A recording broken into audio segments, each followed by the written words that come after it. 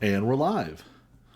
We are back for the last time with our intrepid monks for 4 decades, 4.5 decades now.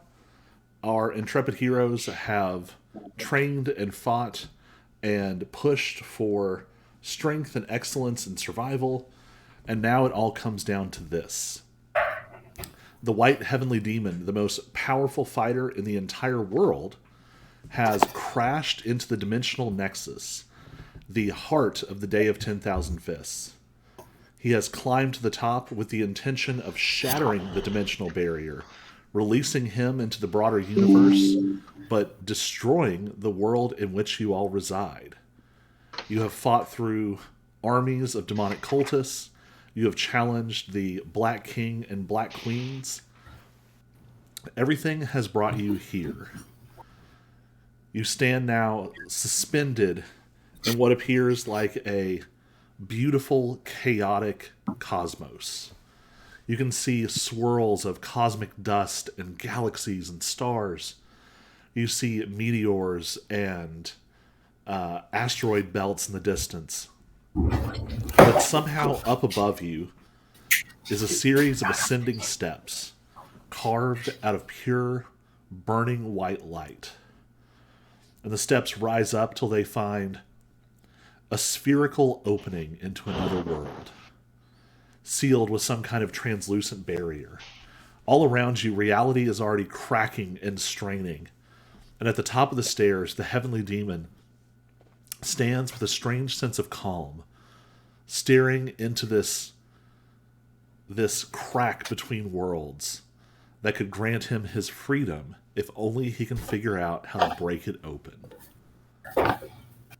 So this is it.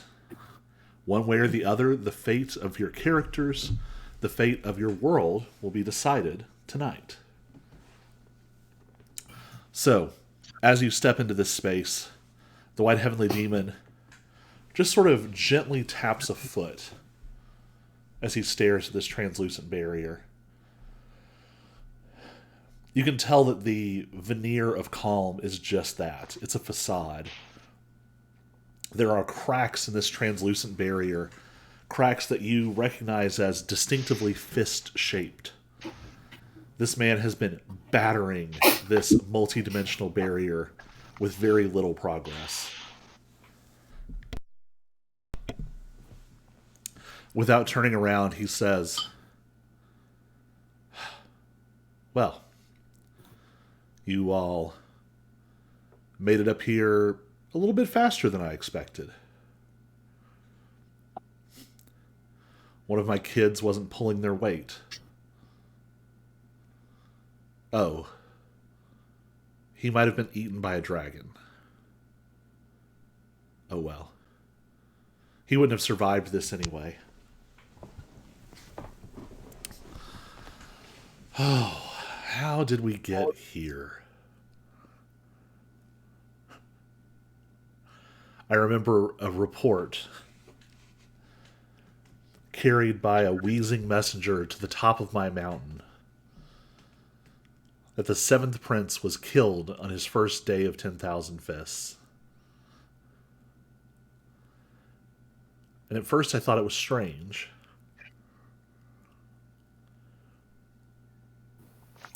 But here we are. You've torn through a lot of my children since then. And he finally turns around and regards you.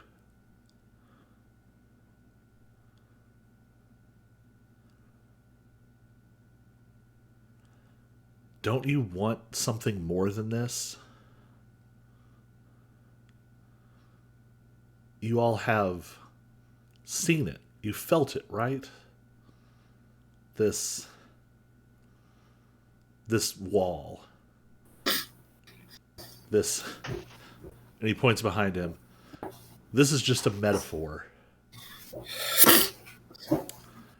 You will never be much stronger than you are right now. You'll never be much more than you are right now. But out beyond this is everything, anything, countless unimaginable worlds, each one stranger and grander and more powerful than the last.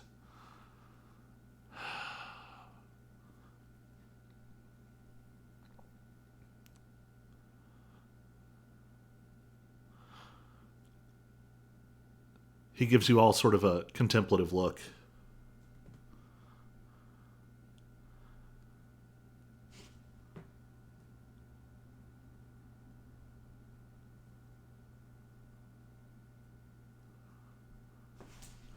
Just for fun, and because we like to roll dice, everybody give me an insight check.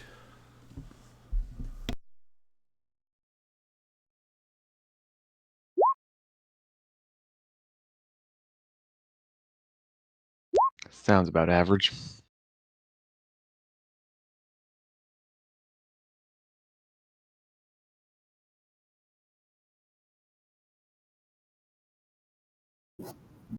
That's right. I'm here.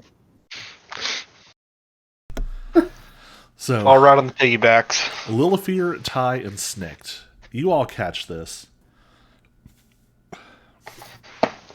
He's acting calm, but he is practically vibrating with rage.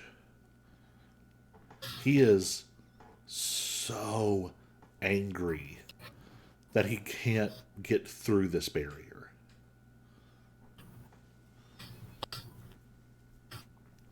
And I'll say with your 26 and 22, Lilifear and Ty, you notice him suddenly brighten up. Huh.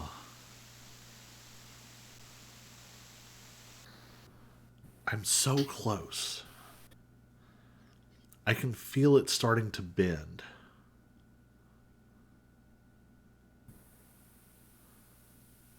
You know what?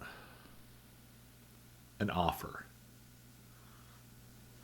He pulls back the hood of his robe, sort of runs his hands through his white hair, and smiles at you with a smile that looks more like what you see on sharks and skulls on his surprisingly young face. But he says, "Help me.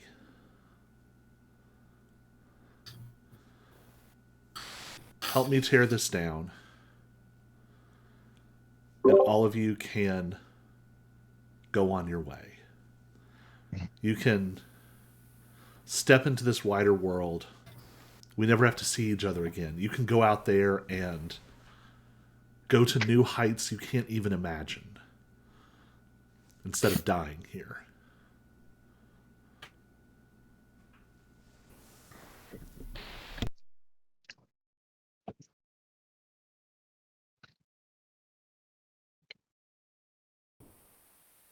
I thought this meant our world would die, though, right? Why does that matter to you? Yeah.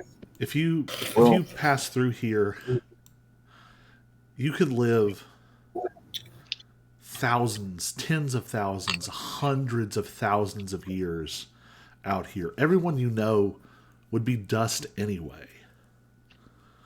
This world is too small for me. It's even too small for you. Just let it go and see what else is out here.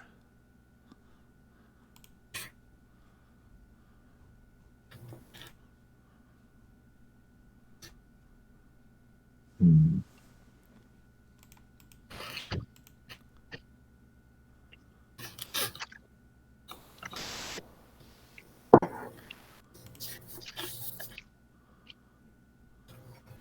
Very tempting. You go. You go.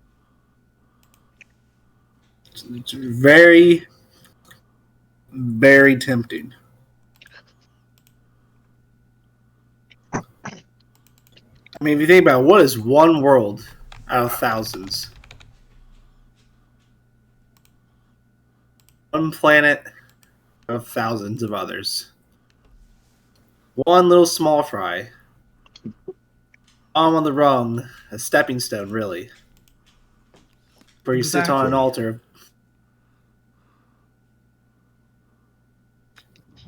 We'll see. We'll think about it. We're discussing. What was Show gonna say?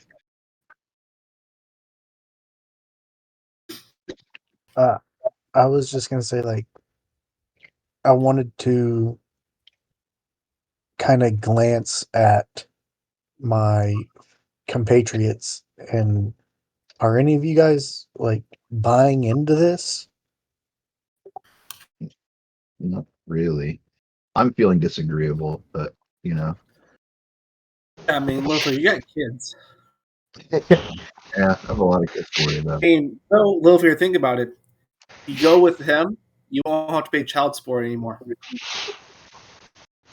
Fair point. Dude, I'm a kobold. I should have died like 30 years ago.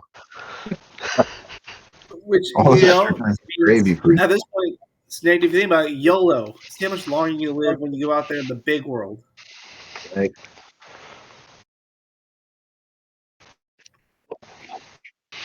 He latches on to this. If you let this world go, this world where you would live for just a moment, out there, you could be an ageless dragon god. You could go on forever. Why trap yourself in this terrarium of a world? I mean, it's next already an ageless dragon god in his mind. So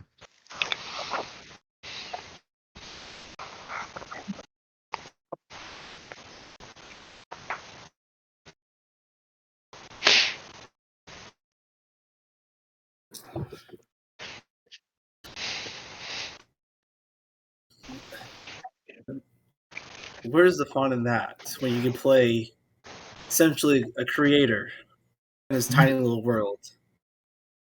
You can sit there and cause drama, create your own little shows, have all the fun in the world. I've done that for centuries. You don't understand how pointless it all becomes after a while. Fair enough. you know, Fair enough. I can see the conundrum.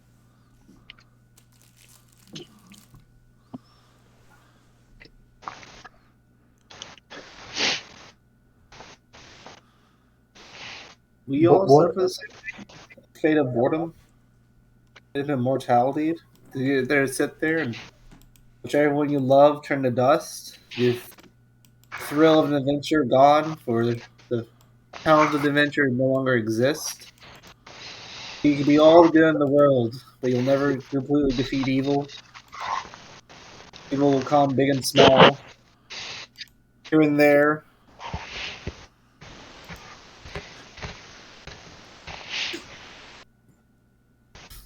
None of those things will mean anything out there. It's infinite. Infinite worlds, infinite power.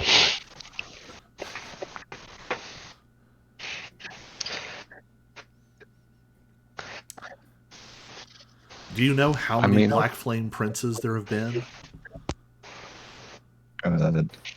90? I don't even know. 73. They're flickering candles. Sorry, I meant to say 90 million. Out there, I could start an endless empire. A true demon way that would never end. Enough chatter. Decide.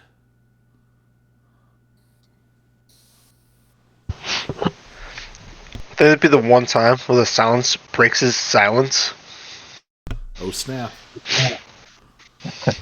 Silence is no longer silent. And he says, I've seen 1,000 people in the past, and I'm seeing 1,000 people in the future. It all ends when the world dies. So, Everyone has made up their mind. You're either gonna die here in the void, or we're all gonna survive. Or save our Besides world. one. He lets out an exasperated sigh, and before the air has even fully pushed through the void, he flickers and is flying straight at you. Everyone, roll for initiative. Oh, Where's good. And here I T-Hell? thought he was going to be too far away. Hey, yeah, no, yeah. We were thinking we needed to sneak up on him and keep him talking until. Here I was going to say, what if we keep talking to him, agreeing with him, to go up there and join him? Then when we're all close, we could all mob him real quick. I mean, you see how far I got. I was eating the bowl of cereal. Well, Oh my I god. was standing there eating a snack while we were talking. Everybody's had a long rest, right? Yes, Yeah. yes. Okay. Not everyone is showing fully healed on D&D Beyond. Who forgot to heal up? I have key. Yep, I have I'm full assuming with a long rest, I did eventually make it to dawn for my recharges on my staff. Yes. Good, Yeah, good, or- good, good. unique item ability things are recharged. All right. At the top of the initiative is Ty, of course. Ty, This is gonna what hurt. would you like to do? 5, 15, 20. He tosses away the rest of his candy bar.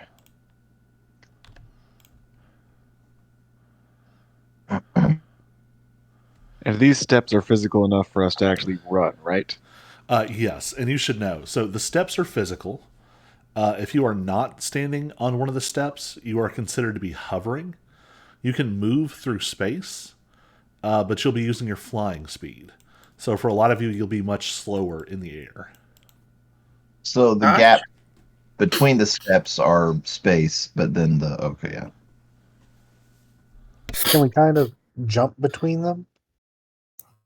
Yeah, jumping between them's no problem. Y'all are Okay, monks. yeah. Your long jump is like 30 feet or something. Okay, yeah. So we can kind of leap between the steps at a normal move speed. How does one open up? What about the lights on the left and right with the red stripes through them?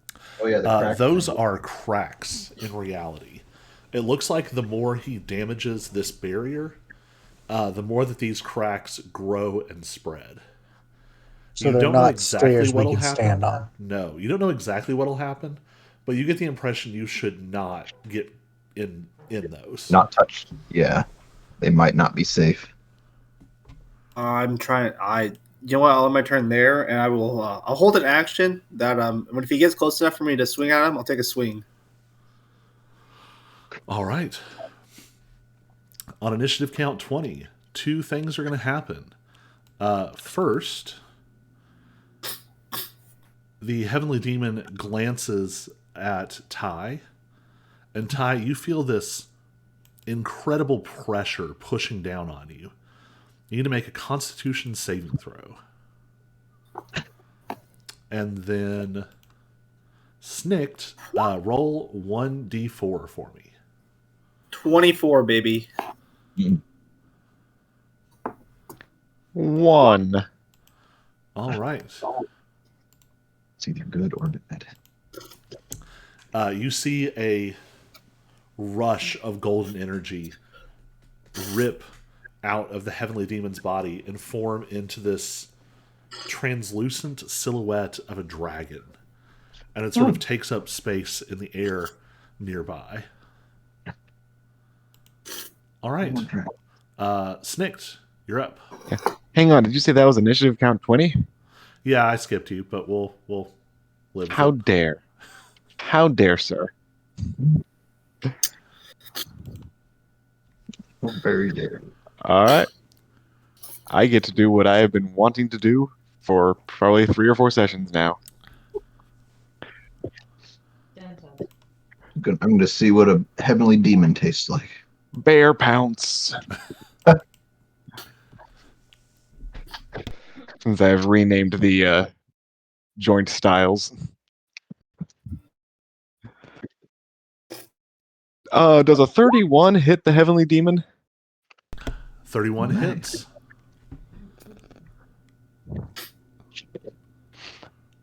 So that is going to be 14 points of damage, and I need him to make a what saving throw is it again?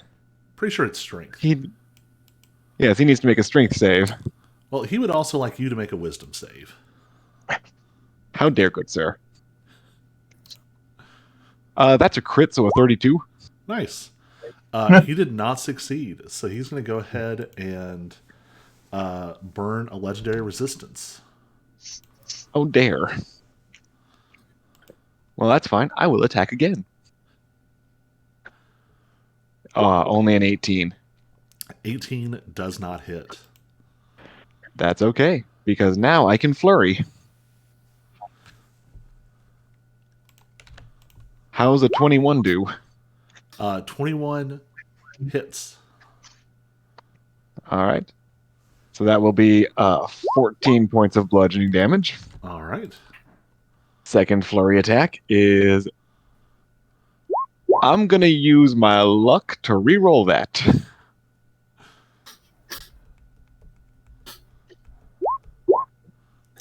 Womp womp. It's not At least it... it's not perpetually visible, but when you punch at him, there is it's almost like punching a hardened light. It flickers at the edges a little bit like flame, but it sears your hand, and you can feel something incredibly solid that is blocking your path. Okay. So I did hit once on a flurry. Yes, once. All right, so Tiger Style means I get an extra 1 slashing damage.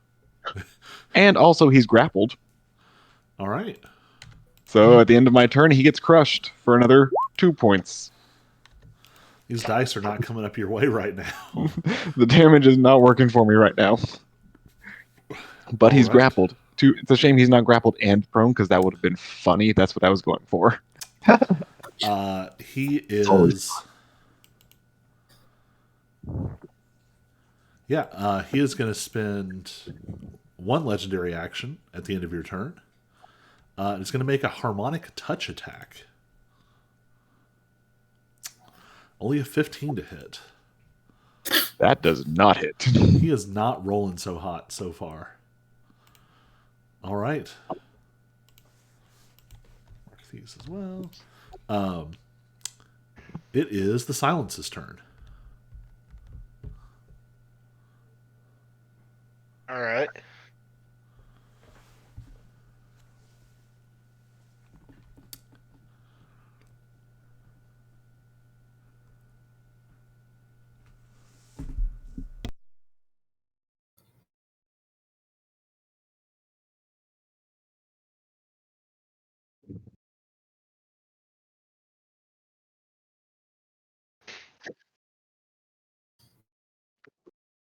All right, that's all my movement for now.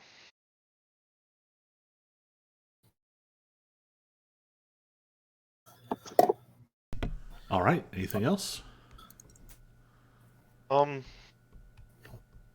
That thing a giant dragon at sea that's also probably gonna try to kill us.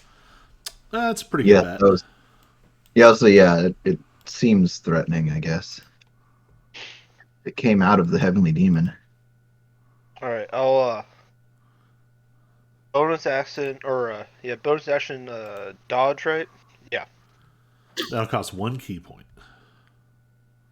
fair enough.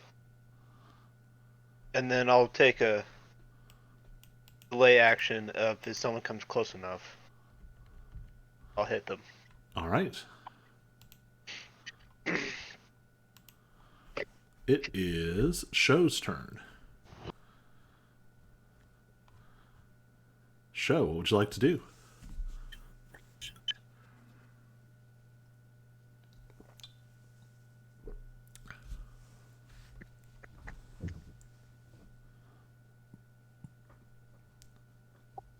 Well, I think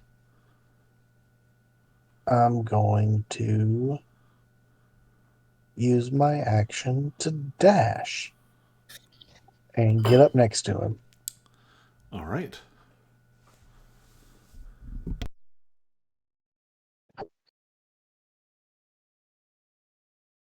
So, yeah, that'll get me next to him, creating some advantages. Hopefully. And that's gonna be it for this. Yep, just get close to him. All right. Next is the Heavenly Demon himself. At the start of his turn, as a reaction, I switch out Tiger Style for Phoenix Style, All right. which means that he now has disadvantage against me on his next attack. All right. He sort of watches you shift stances with a cold disdain. And he just holds up a finger. At the tip of the finger, just past, a flickering spark forms. And it seems to condense until there is a bead of the most blinding light you have ever seen. And directing it with his finger, he just sort of flicks it at you. Give me a wisdom saving throw. He flicked one of his light boogers at you. How's a 25 look? 25 saves. Monks Oh, and it's with your the next attack, not his next attack. So monks with your ridiculous proficiency in all saves. I know. All right. well, wisdom is also a big thing for us. Well, he is also going to use a Heavenly Palm attack on Show.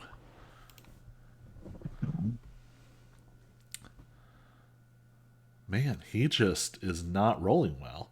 That is a 21. That's a miss. Very obnoxious. Just barely. My AC is 22. He is going to bonus action dodge. Lilifear, you're up. Mhm. I'm going to attempt to shoot at the dragon. Oh wait, also I'm going to Sea of Stars. I forget with that.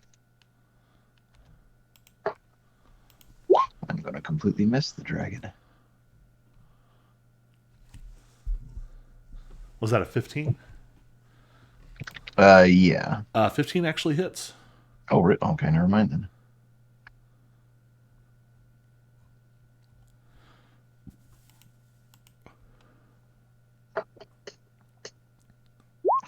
Man, minimum damage. And let's see, Sea of Stars is a bonus action, so how many more attacks can I do? One more. One more, okay.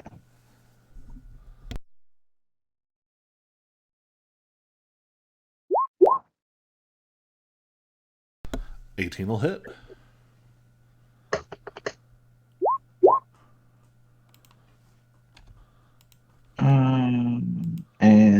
And I want to try and crush him. All right. Wait, what is crush? One key point after you've made an attack. Okay, it's not like a. Okay, it's a no action. Okay, I see. I was just making sure I wasn't like doubling up on actions or something. Yep. Only gets a 13. Oh, okay then. And yeah, and I won't roll damage until his Start turn. of his turn. Yeah. All right. Yeah, let's see, I think that's probably everything I can do. Nope. I can't. Can I flurry of blows or? No, you already used your bonus action. Okay, that's what I thought. Yeah. Okay. Yep. All right. I'm good. All right. Oh, and he's at the. I don't know if that counts as him being in the aura yet. It's not until the start of his turn anyway. Oh, right. Yeah. Okay. Which it is now. So Okay. he'll make a strength save.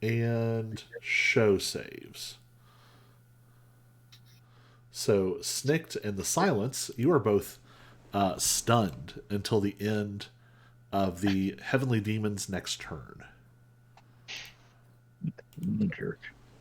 Does that mean I stop grappling him? Yes, because you are incapacitated. Oh, Sad day. disappointing.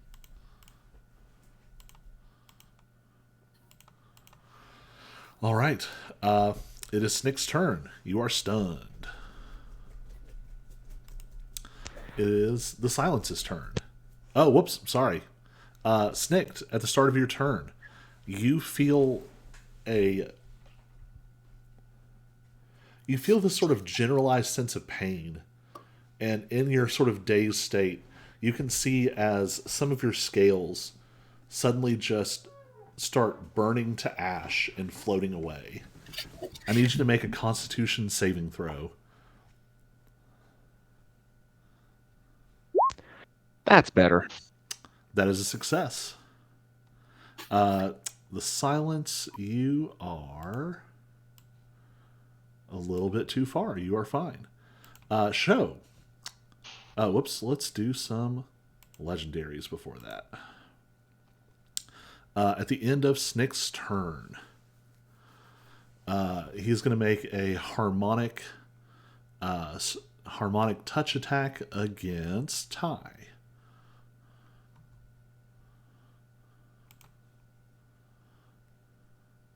$27 to hit. That's gonna hit. Wait.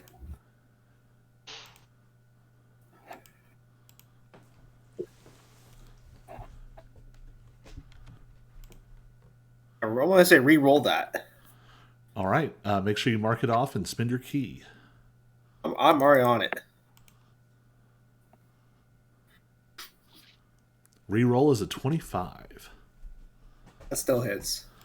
All right. You take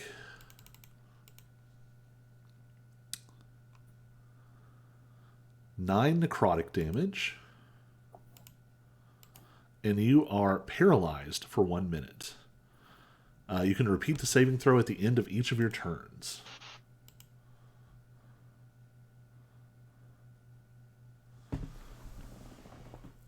Guys, I'm gonna be out for a minute. I'm sure I have a paralyzed thing. We're going to go with interdiction. All right, that was the end of Snick's turn, end of the Silence's turn. No, he'll save that. Show, you're up. All right. Gonna whack at him. All right. What? I said all right. Yeah. Now, how was it I was doing this? Roll a d20. And he is still dodging. What? He is still dodging. Okay. I'll roll 2d20s. I thought he only had either an action or a bonus last turn. That's this upcoming turn. When is because Nick's paralyzed, does that mean, or stunned, does that mean he still doesn't get flanking? You cannot flank if you're incapacitated. Understandable. Makes sense. Are both people incapacitated? I'm Yes. stunned. No, I'm paralyzed. Yeah, I'm out. Okay, because I would have just moved over, but okay. So I'll roll 2d20s. We'll take the lowest, and we're going to add 13.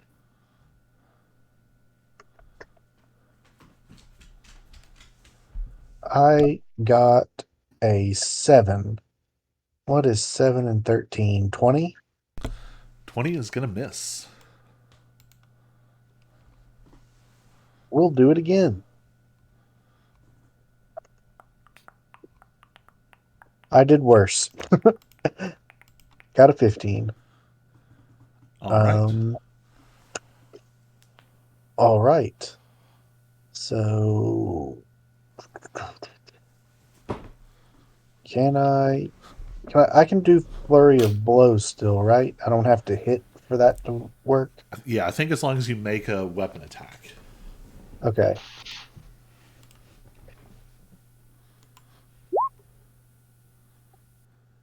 20 is a miss, you said? Yep.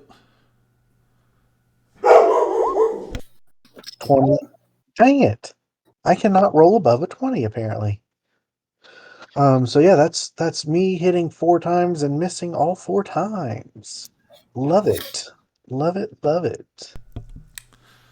All right. So I guess then I will use a key point to also take the dodge action. All right. I'm going to do what I should have done 3 initiative points ago. Show, roll 1d4 for me.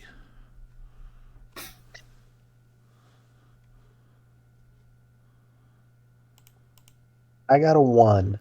A 1 is a good thing to roll here. Now, as a later action,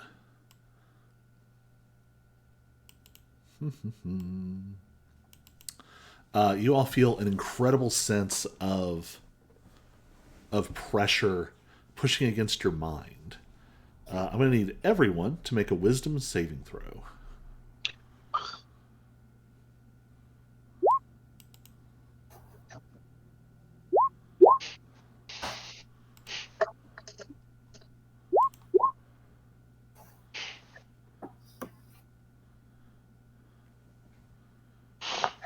All right, looks like Ty and Lilifear succeed, and everyone else is frightened until the end. Until the end of your next turn. And Oh wait, it's a fright effect. I have advantage. all right, roll it again.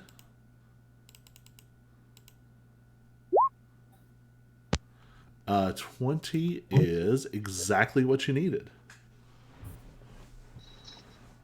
So that still leaves Show and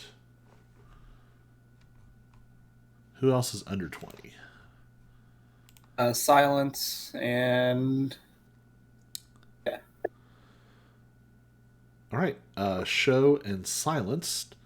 You are frightened until the end of your next turn, and while you are frightened, you are also slowed. Sorry, well, not slowed. Your speed is reduced by half.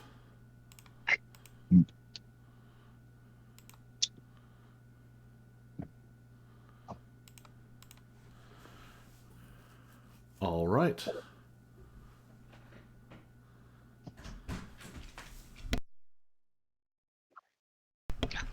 At the end of Show's turn, he's going to use his last legendary action and make another harmonic touch against Show.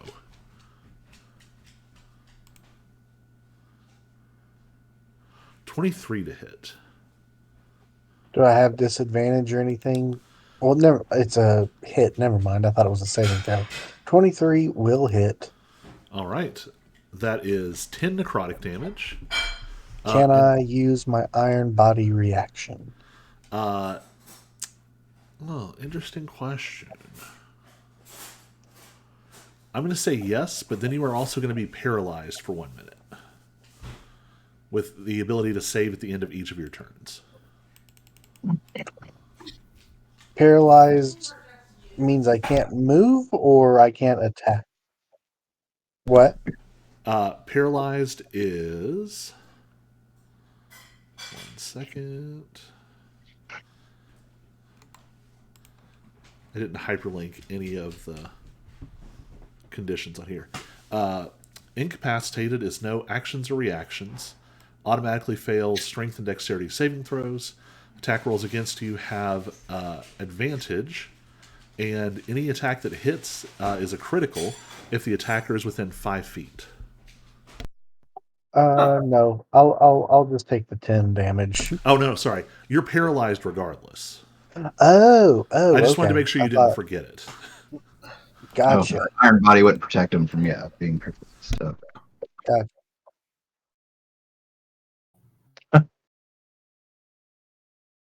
That was Russell.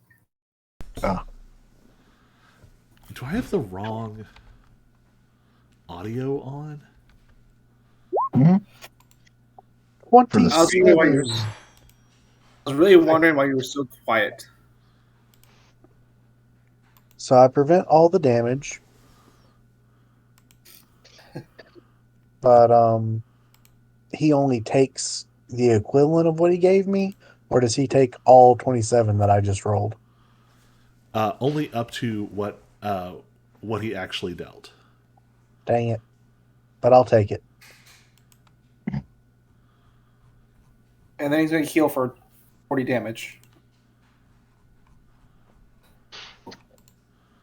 Okay, I'm not crazy. It defaulted to my other microphone. So every time I thought I was muting, I wasn't. So if you heard me randomly yelling things, I thought I Like- was on mute. Oh, like, that's why. calm down. Yeah, I was like, why are they responding when I'm on mute? Hey, all right, we're back. So he takes 10 points of damage. You don't take 10 points of damage, but you are paralyzed. He's now your sleep paralysis demon. All right, now it's his turn. Oh, good. So he's going to roll for recharges.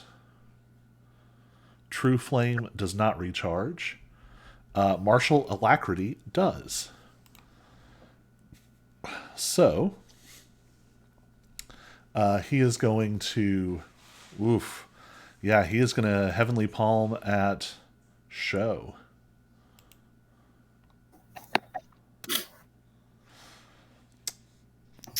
Does that mean it's an automatic crit? If it hits and it attacks with advantage, it's a 30. Yeah. Yeah. Mm-hmm. You know, good. This is not going to be fun. Actually, that was not nearly as bad as I expected. That is 41 points of necrotic damage. Although this part you're not going to love. That's going to reduce your max HP by 41. Wait, what? It's going to reduce your max HP by 41 For how long? until you finish a long rest. Oh man.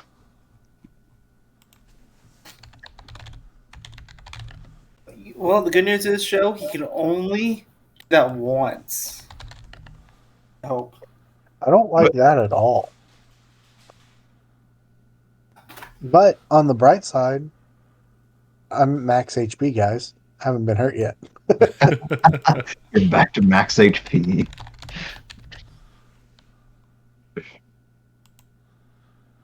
All right. That is his first attack. His second attack is going to be against... he really does not love... He doesn't like any of you guys right now. But he certainly does not like Snicked and Ty. So let's do a roll-off. So both Who of does he you hate? both of you roll a d20. 9. 15. All right, Snicked. You would you win. rather take the hit, or would you rather Ty take the hit? Well, before I answer that question, I need some rules of verification from the guy who wrote the thing. All right. The endless innovation technique, when I changed to Phoenix style, it said, as part of this reaction, the next attack against you has disadvantage. It doesn't specify a time frame.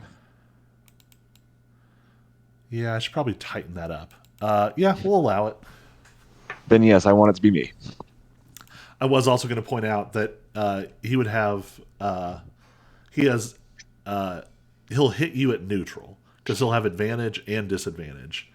On Ty, Right. It would be advantage and it would be an automatic critical. Yeah. All right, so he rolls flat for another Heavenly Palm. 29 to hit. Yeah, that hits. Oof. 32 necrotic damage.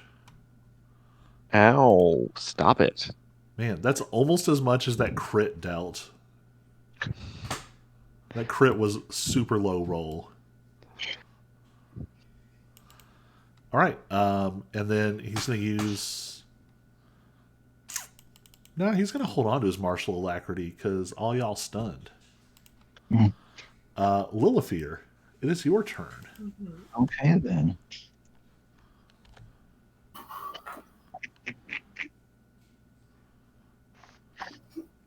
Yeah, I'm gonna risk going into melee range. I want to get it so the aura is on him too. Okay. Just for grins and giggles, give me an intelligence check. Oh, okay. So I already had that menu up. Okay, intelligence. No, wait, that was a save. That was not a check. Oh, how do you do a check? There we go.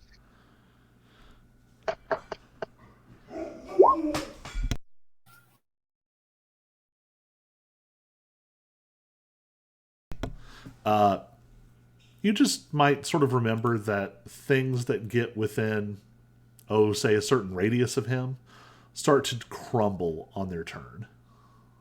Oh, right. Just grins and giggles in. Yeah, I was going back and forth in that. I thought maybe the aura would be worth getting him in and taking the risk, at least for now, anyways. All right, so you're going to make an attack. Oh, yeah, I rolled a 25 on that first one. So you can't do a melee attack with the Sword of 7 Stars at 25 feet.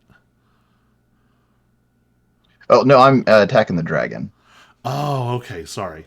I just No, assumed you yeah. were going after him. Yeah, 25 No, no. definitely hits. I just wanted to, as an extra thing, yeah, get the aura on him too. But yeah, no, I'm still after the dragon. Just I figured somebody should distract him. All right, a solid hit. Okay. Another attack. Oop.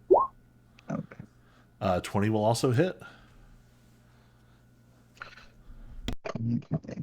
And the bonus attack and like flurry have to be unarmed strikes, right? Yes. Okay.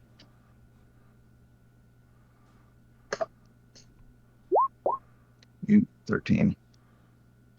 13 will not hit. Okay.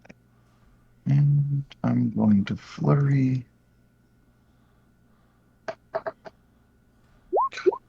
Oh, okay, never mind. 18 will hit.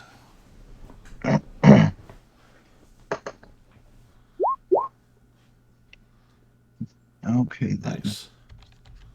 And since I didn't use, I can't crush this time because I didn't use whatever it was. You can use it. Did you hit with either of your unarmed strikes? Yes. Any I did unarmed before. strike you can use it with. Oh, okay. So yeah, and he'll do a strength save for 17.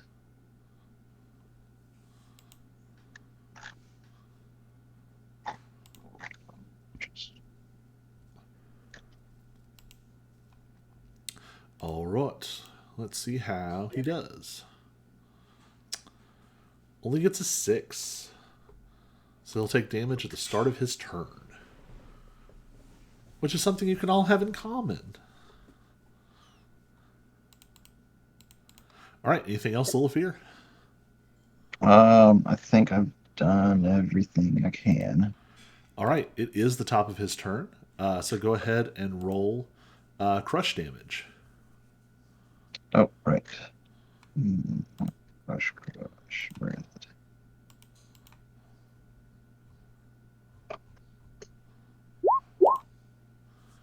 Alright. And did he do his Sea of Stars roll also, or? Let's see. Oh, nope. He fails. And he dies. Oh, okay then. Don't worry about him anymore. Which means y'all get to hold on for a minute. He might just summon another dragon, but you know. Turns out killing the dragon was a bad thing. Yeah, it's like, now a more powerful dragon should.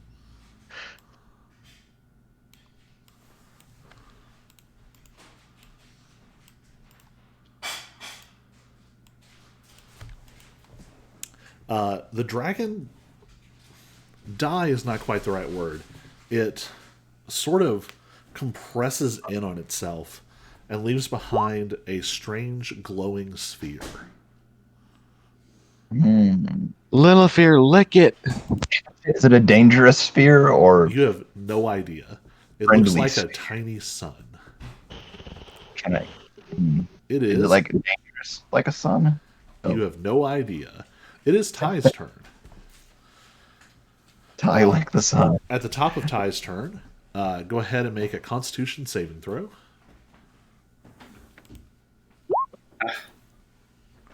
All right. You get to enjoy some annihilating aura damage.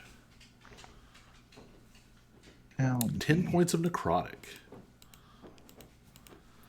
Just for Good. grins and giggles, did you all get any kind of necrotic or radiant resistant stuff?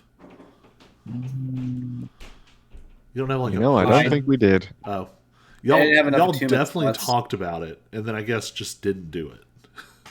I didn't have enough attunement slots. I mean, we could probably. You say you could. We could have just gotten like a ring of necrotic resistance or something real easily, but then All right. doing everything else I wanted, I chose not to have that for other attunements items. Okay, so let's see. So Ty, you got hit with the layer action, right? Sure. Yeah. Nope, that can't be right. But you're paralyzed. Is that correct? Yep.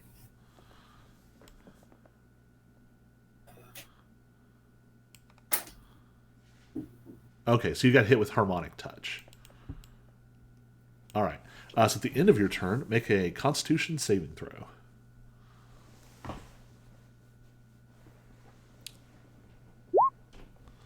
$23. That succeeds. Oh, So you are no longer paralyzed. But that is your turn. fair enough. Sitting on 3 legendary actions. At the end of your turn, the White Heavenly Demon is going to do another harmonic touch attack. 18 to hit against Ty. It's not hit. Does not hit. All right. Snicked, it is your turn. Make a Constitution saving throw.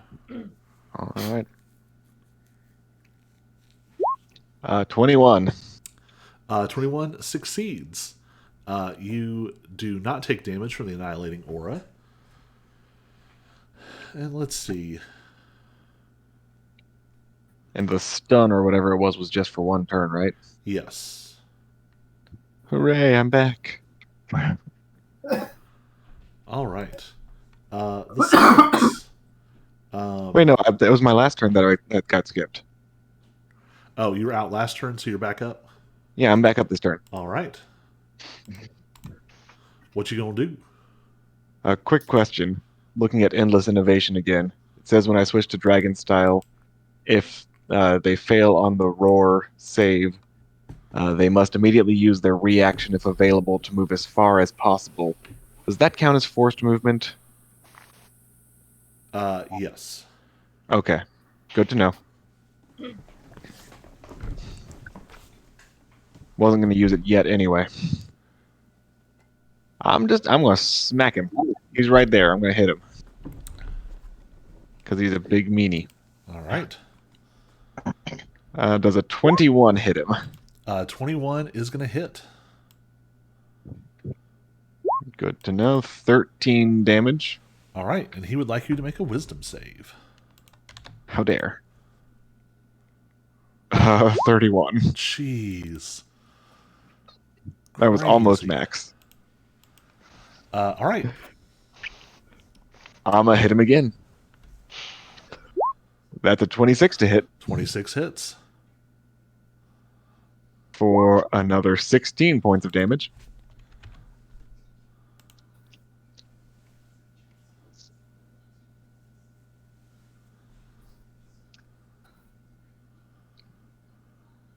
And I assume the wisdom save is just once per turn? Yeah, he had to use his reaction for it. Fantastic. Well then, in that case, as a bonus action, I stick my snout into my bag of things and lick something. All right. Go ahead and So roll. on a 1, I teleport 30 feet. All right. Teleport to the Not what I sun. wanted, but that's okay. I guess I'm investigating this now. All right.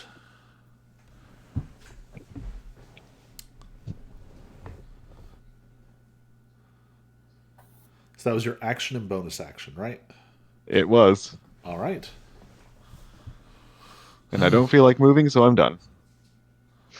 All right. He is going to keep. Whoops, already used one. He's going to keep burning legendary actions and is going to do another Heavenly Palm. Or sorry, is going to do a harmonic touch, and is going to target Ty. Only a 14. He is rolling Alright. garbage. It's okay. That is okay. Then it is the Silence's turn. Oof. Silence, you're having a bad turn. So I got skipped last turn. A little out Okay, of so it. you are no longer stunned. You're just everything else. But I think you are still. Let's see. You are still frightened and at half speed until the end of this turn. Yep. Gotcha. Interesting. So that means he can't move towards the heavenly demon at all. Can't move towards the source of your fear. As long as the source of your fear is in sight, you make attack rolls with disadvantage. And you can only move half your distance. Even though I'm going to go ahead and clear those so I don't forget. Limited options. Gotcha. Well, that's a lot of fun.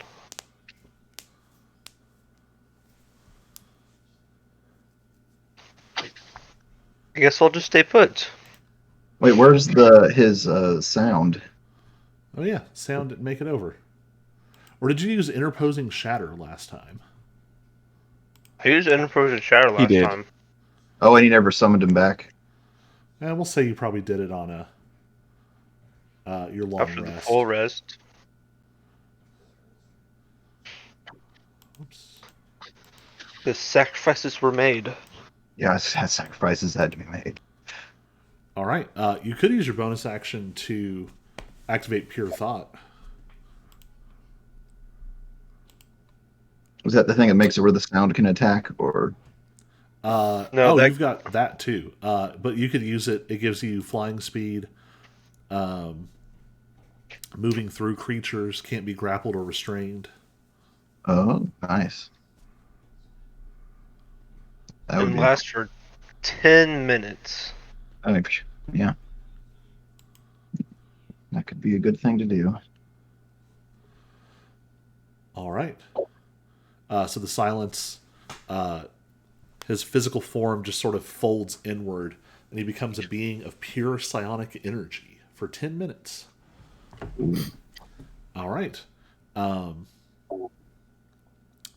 initiative count 20, the silence. Roll a d4 for me. No. But I don't want to. A 4. I disagree completely. Another dragon spirit rips its way out of the heavenly demon's body. Also, layer action.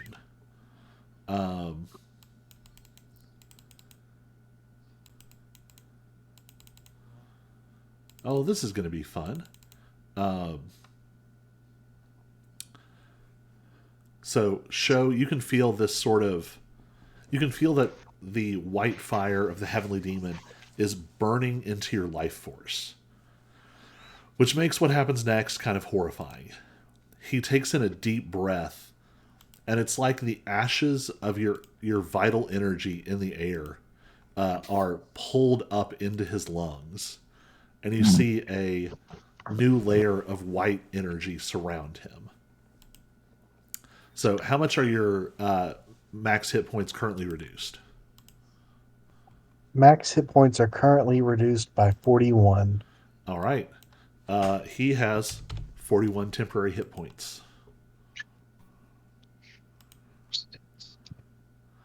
All right. It is Show's turn. I believe you are no longer frightened. I thought that happened at the end of my turn. Let me double check. Do you remember what he hit you with? No, he got me with at least 3 different things. Several things. Was it that white fire? I don't know. I'm frightened, slowed, paralyzed. So slowed and frightened are the same effect, Okay. which makes me think. I think you're no longer frightened.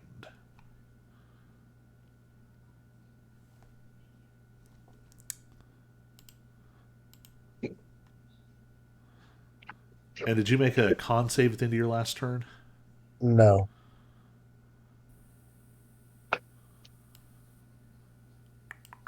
I think I made one at the beginning. Let's see. Oh yes, you do need to make one for the No. annihilating aura. Yeah, no, I made a wisdom save, and that was the last thing I did save wise. So, con save, you're saying? Yes. Okay, so you're frightened until the end of your turn. Go ahead and make a con save for annihilating aura. That definitely succeeds, so you don't take damage from it. I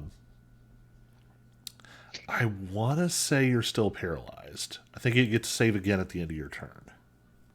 Okay, so that's it for me then. Uh, so So go ahead and make another Constitution save.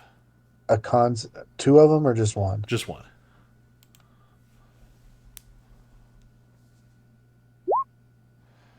You are no longer paralyzed, and at the end of your turn, you are also no longer frightened. Okay, that I don't have to make a save for that one. It just happens. Yeah. Cool. So I got a clean slate, boys. Full health, technically, and Sort no status effects for the Dang. time being.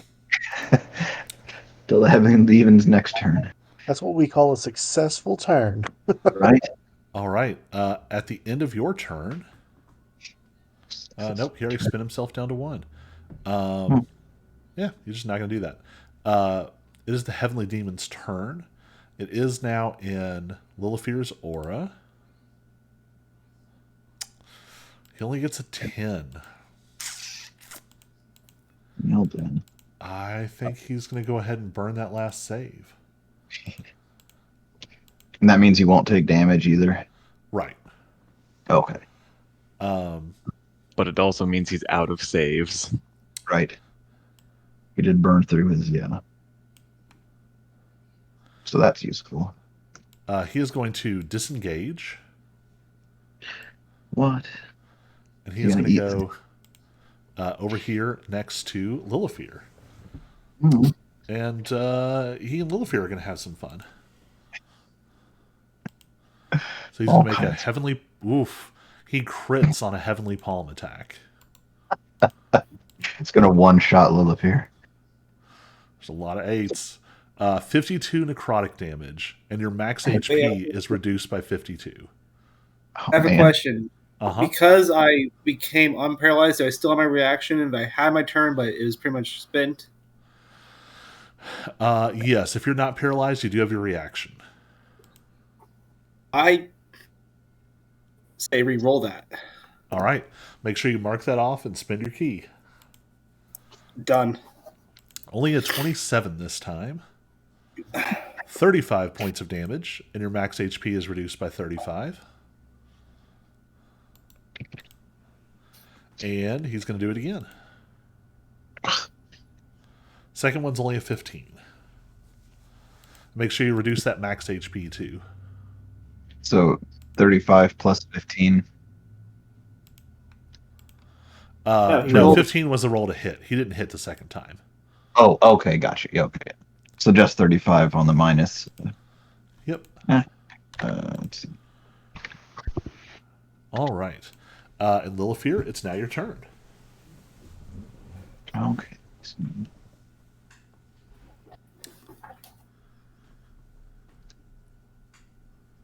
Let me try this a few times. 29 will hit.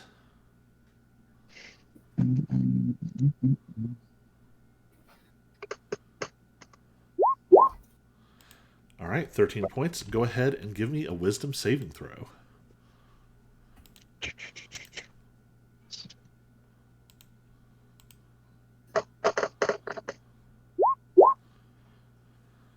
Uh, 21 will do it. Okay. All right. Oh yeah. Wait, hang on. I meant to use oh, okay, never mind. I'll use saver for later. So I'll do another one of these. Oh, oops. Did not mean to do that. Did you say you didn't mean to do that? Well, I meant to roll the attack. I just didn't mean to do it as advantage. I hadn't rolled off the advantage thing. 22 will hit, though. Okay.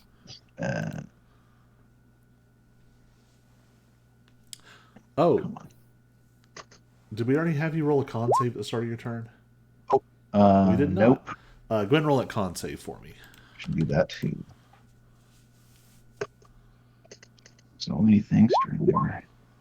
That succeeds. Okay. So I did 2 attacks. Right? Yeah.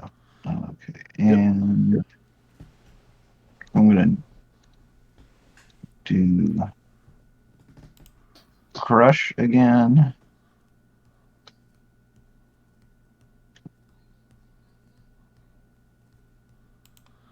All right. He's going to roll.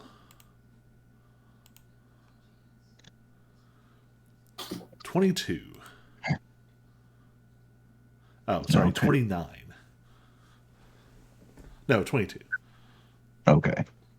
Either way, yeah, he would save. But yeah. Also, it looks like the wording on this is saying that I could use my sword as as the bonus attack or whatever.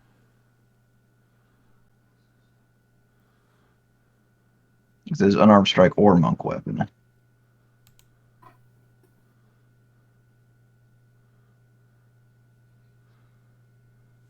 You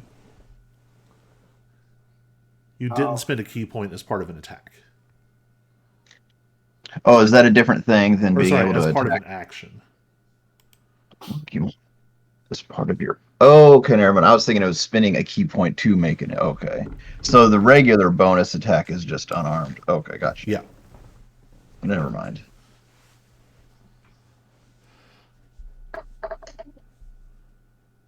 Oof. 30 will hit. Is that a crit? It looks like it. Okay. Let's see if I can get it to work this way.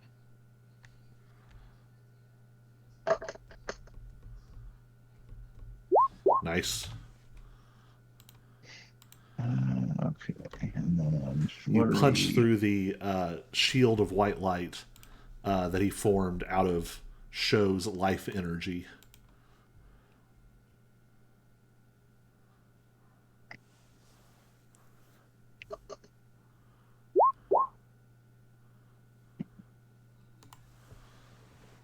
And 28 will hit. There we go. I think now I've done everything I can.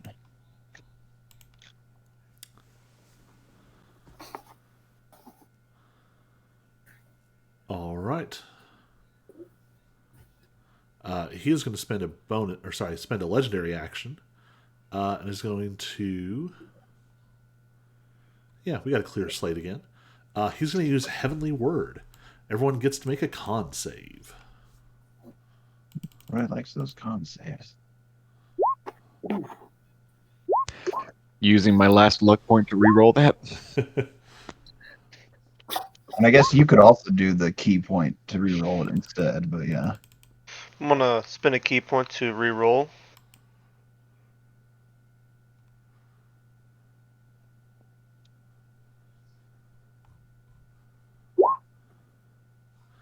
Man, everybody saves, but you had to spend some stuff for it.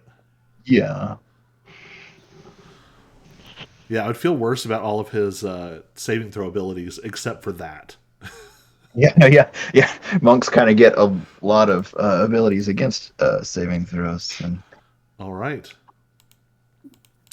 It is the new Dragon Spirit's turn. new dragon spirit. It is going to. Best use of its time. It's going to drop a photonic breath right between Snicked and Lilifear. You both get to make another Constitution saving throw.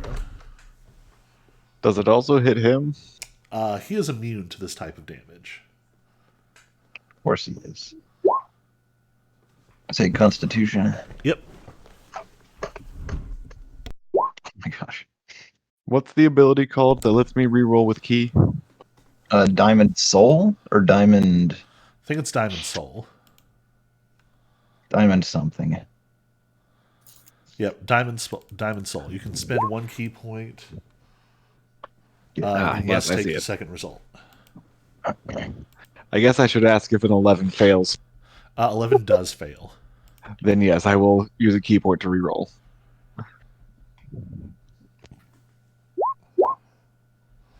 All right. So you both take half, which is 11 points of radiant damage. All right. We are back up, and it is Ty's turn. Let's see how close you are. Ty, make a con save.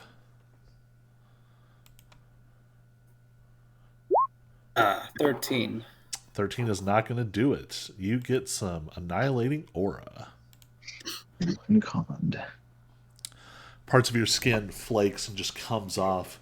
You take 23 points of necrotic damage. Oh, it got stronger.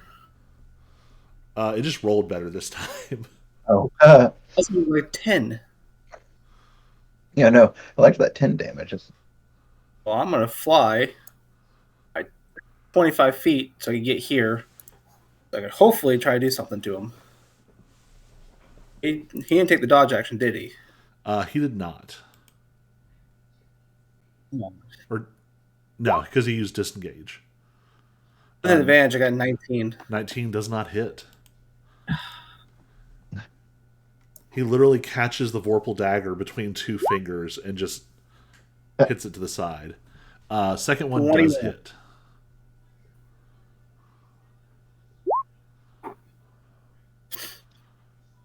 All right.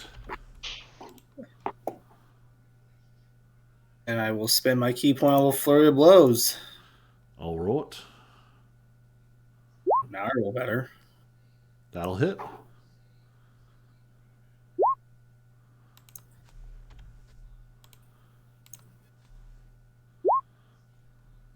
That'll also hit.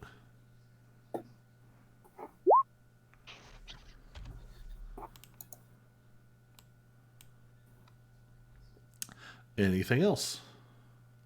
Well, I keep forgetting, so I'll have to do it next turn. I wonder if I do an insight check or intelligence check to know if my demon's black flame has any effect on him, or does it just be pointless and hurt me more than him? This is going to be a... Something tells me. So to try and get this information with an intelligence check, this is going to be a pretty high check. But you can go ahead and give it a shot just to see.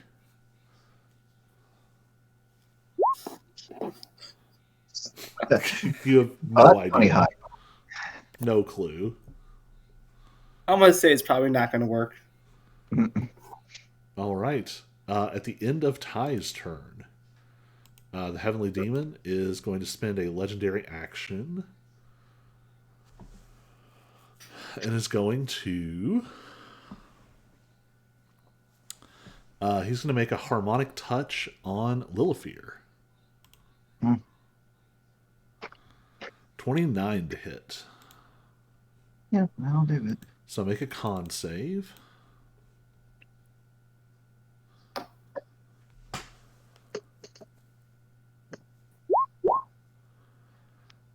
That'll succeed. But you take 17 necrotic damage.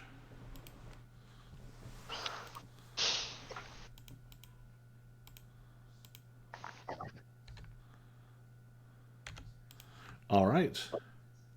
It is Snick's turn. Woohoo!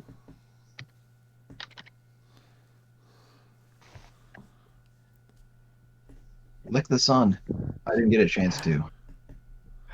Are there any? Does it take an action to investigate this little sun next to me? I think it's going to take an action to investigate. You could just use it as a use object interaction. Just shove it into the heavenly demon and see. But what to happens. thoughtfully examine it, it's going to take a second. Yeah, Snick's not really the thoughtfully examining type.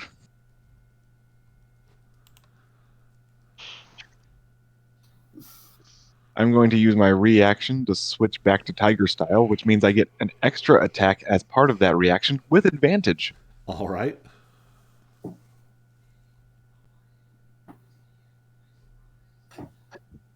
And thanks to advantage, it's a crit. Although also at the top of your turn, con save for Annihilating Aura. Right. That succeeds. So crit damage on Curse Rot Animonic. Did that not also roll the psychic damage? Shoot.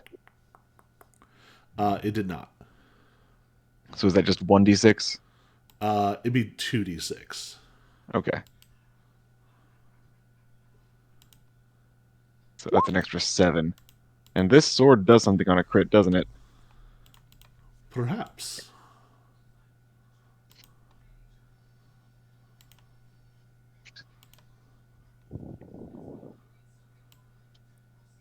It explodes with psychic power, ripping memories from your foe. The creature takes an additional 3d8 psychic damage and is stunned for 1 minute.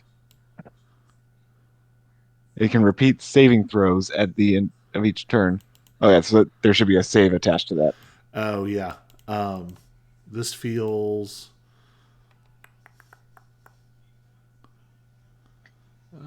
this feels like it's probably a wisdom save. Right. I'm assuming half damage if he saves.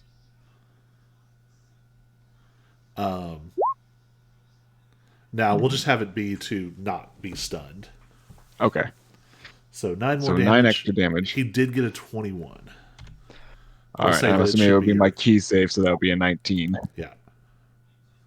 Speaking of saves and key saving throw, I'm going to make that a stunning strike.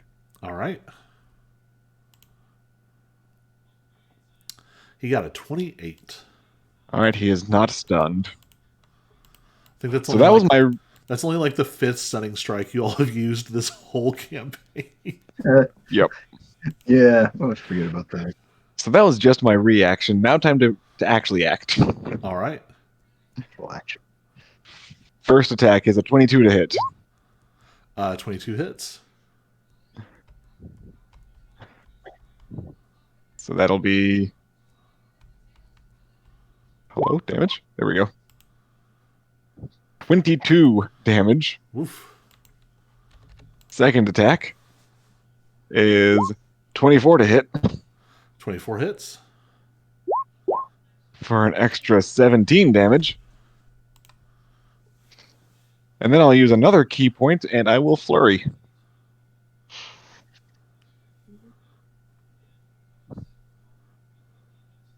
First flurry attack is a crit. Jeez.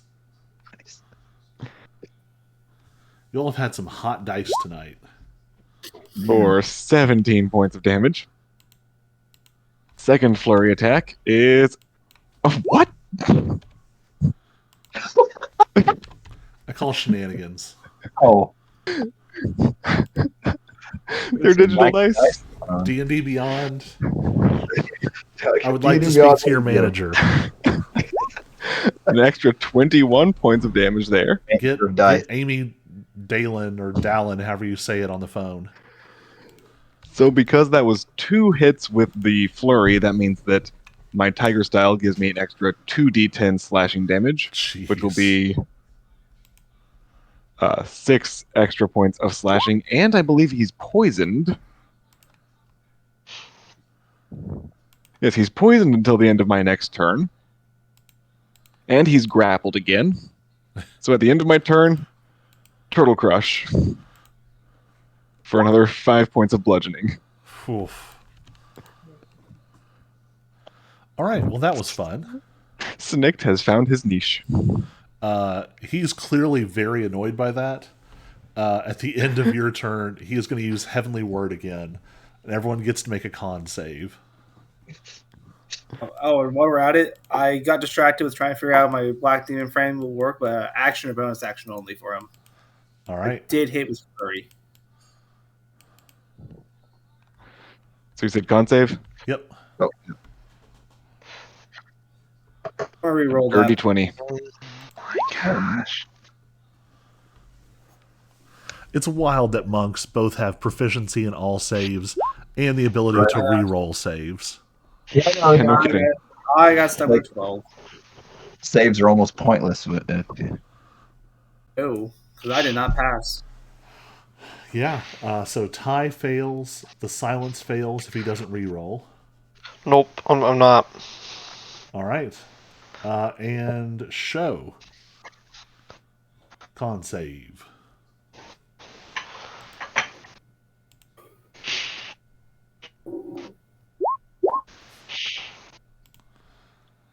All right. Ty and the silence are both stunned. So I'm going to actually write this out now and make sure I remember. So, Heavenly Word.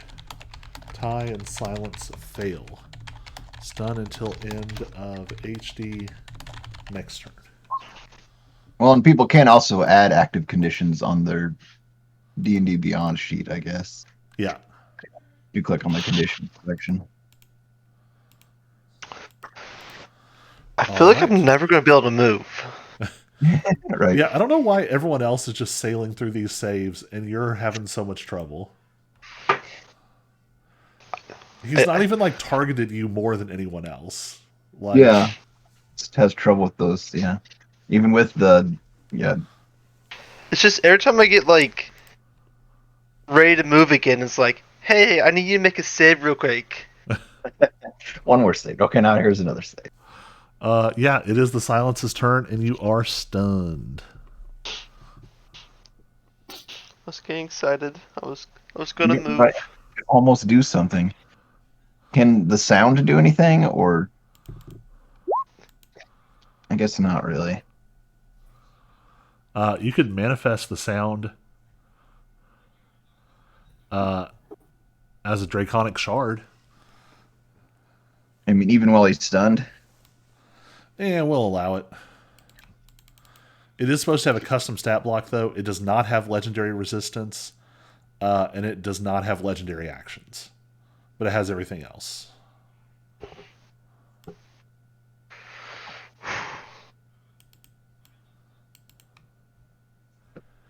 Do you want to give that a shot, or do you want to hold on to it? I'll hold on to it. All Because right. maybe I might be able to move in like 18 more turns. On initiative count 20, the silence. Roll 1d4 for me.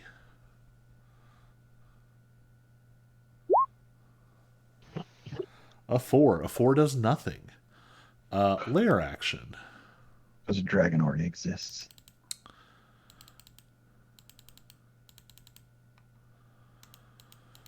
Oh, let's have everybody make a wisdom saving throw. Is this a fear effect? It is a fear effect. Oh my gosh. Fail. Oh man.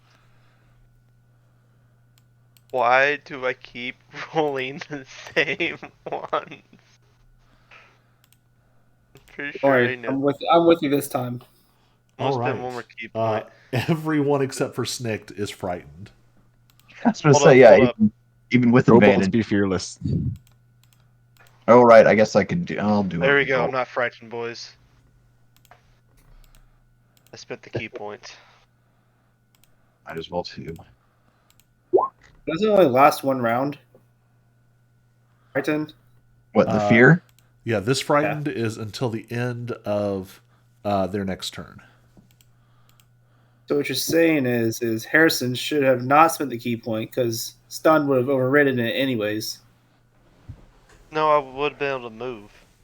Yeah, You're he'll stunned. be He won't be stunned at the beginning of his next turn. yeah he'll be he won't be frightened. you'll be yeah So it's still going to skip his turn, which means it would no end his. he'll be back up again by the time his turn comes around. Because I've already skipped my turn. Yeah. Okay, never mind then. I'm not paying attention enough for you, Harry. I'm sorry. Although, wait, is this fear the one where do you run away, or is you just can't move any closer to? So every fear is can't move closer. Okay. There's another one that makes you run away. And in Okay. this case, also, as long as you're frightened, your speed is cut in half. Yes. Yeah. Like Don't for you attack. have disadvantage on attacks against the target you're afraid of? You have disadvantage on attacks, period, as long as Oh. the source of your fear is within sight. Oh. Well, and the attacks are slower, right? So like you can only do one attack a turn, and or something like that. If that's the case, I want to spend a key point to reroll my save as well. All right. I thought it was just the target. 18 still does not save. Dang it. Man. Yeah, that's a tough fear roll to beat. This is literally the end boss, and you all have Yep. saved. You all have Yeah, but succeeded on like 80% of your saves. we've been doing a lot better than All right. I the think it is party. Show's turn. Show, you are frightened and at half speed.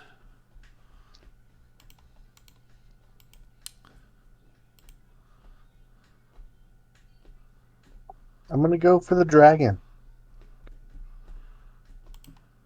All right. I'm going to boop on over there, and then I'm gonna whack at it with disadvantage. Dragon.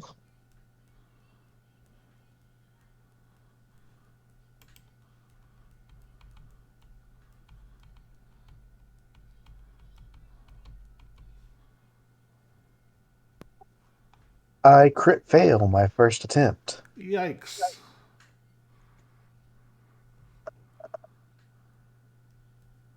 I did one better my second attempt.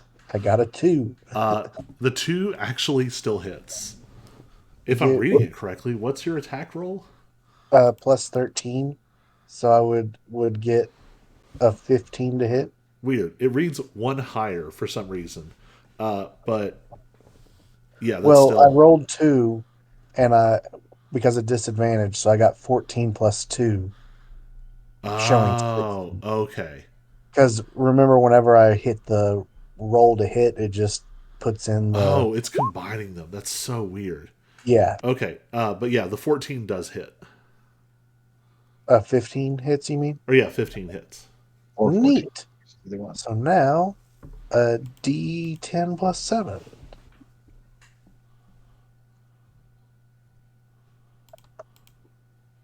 I got a 7, so 14 damage to the dragon. All right. And then while we're there, let's do some flurry of blows.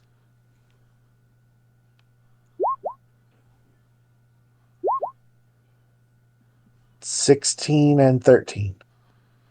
Is that with disadvantage? Oh, I forgot about disadvantage. So the 13 would have been All the right, hit so for that 13 one. misses, so you got one more. Okay. And then a 14. 14 also misses. Dang it. That's all right. We got one hit in there. Yep. 8 strikes, 1 hit. I can dig it. That sounds like the opposite of like a really cool martial arts move. 8 swings, Yes. 1 hit. Yeah. 8 Yeah, 1 yeah, hit. yeah. All right. It is the Heavenly Demon's turn. He is grappled and poisoned. All right. Did Was my crush an action hit? bonus action? Action or What? bonus action? All Huh? right. Sorry, lots of people yelled things at once. What? What did Hayden say? You can only do an action or a bonus action. Because I hit him with the flurry blows.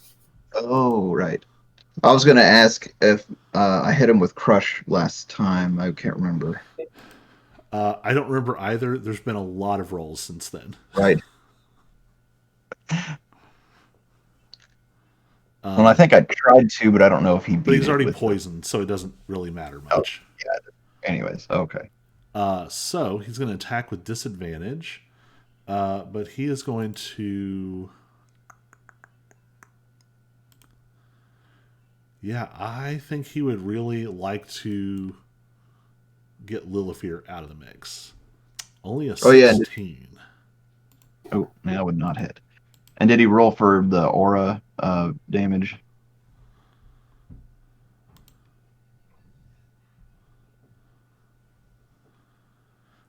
He does not succeed.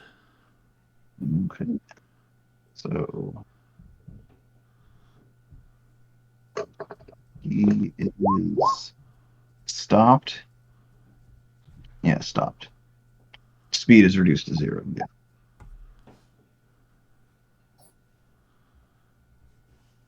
And he does not hit. That was a not fun turn.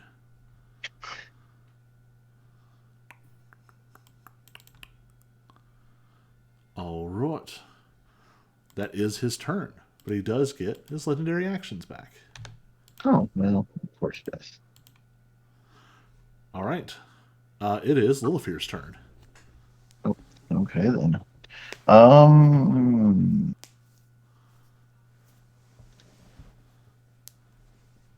So would it take a full action to look at the sun thing and try to figure out what to do with it?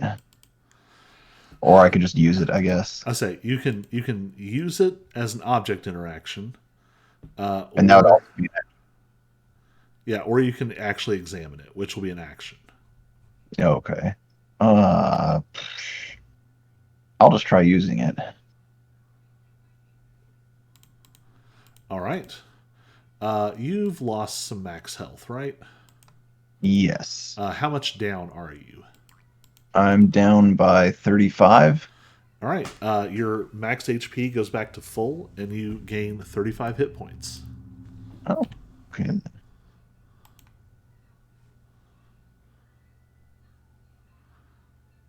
All right.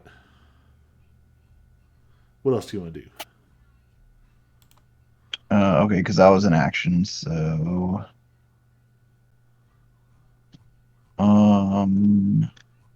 can I attack as a bonus action? Or do I have to have? Okay, never mind. Because yeah, I get. It looks like You I'd can have to. still do a regular attack, you just can't flurry as a bonus action. Oh, okay. Oop, that's not what I meant to do. I was trying to display it. Because I think that's the thing that.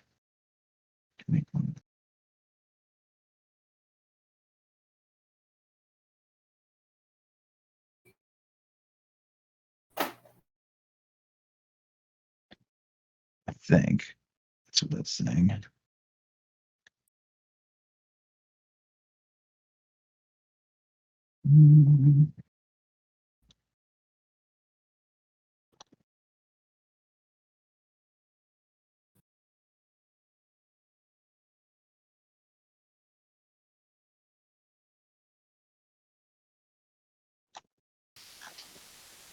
While you look at this, I'm going to go shove Russell out the door real quick. Okay.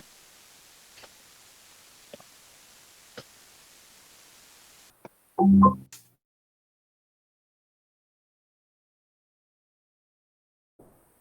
right, guys, quick. While it's going, everyone move to better spots. Everybody trade places. Quick, Everybody- everyone, while he's gone, get our max HP back. Everyone, who just took a full rest. He doesn't know.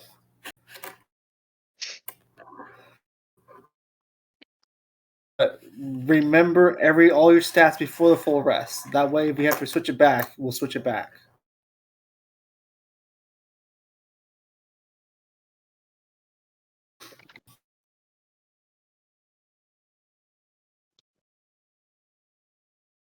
Maybe this round I will be able to move a little bit closer. Right. Guys, we've hit him for a lot, and we still haven't even made him bloody. Oh I yeah. have You Yeah, guys have hit him? Yeah, What? yeah. You have hit him? Like Show's thinking he hasn't gotten a hit in yet. You guys are allowed to move? All right, what you got? Oh, we took a full long rest while you were gone. We restored our lost health. I was asking about the unarmed strike wording. Looks like you've had to made an attack in order to do an attack as a bonus action. Say it again. I linked it in the chat there, but in order to attack as a bonus action, I'd have to have done a regular attack. Yes. Yeah, okay. So I'll say, yeah, I'm pretty sure I don't have any other moves then. All right. I'll just hang out right here. He is going into spam mode. At the end of your turn, everyone make a con save.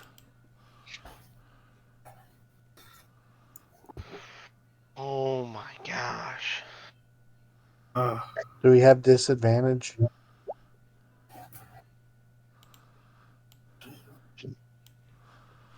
Actually, Show, you are just barely out of reach. Huzzah! Can avoid a thing. But would I have had disadvantage since I was frightened? No, it's on attack rolls and ability checks, and a save is different. All right. Snicked is stunned. Ty was already stunned. Lilfear and Silence save. I think I want to use a key point to try again. All right.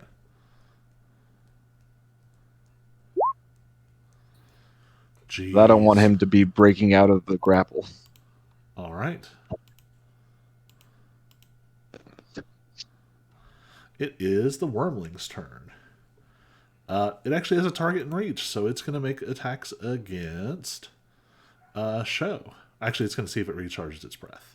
Ooh, it does. Never mind. It's going to drop that right on top of the Heavenly Demon. So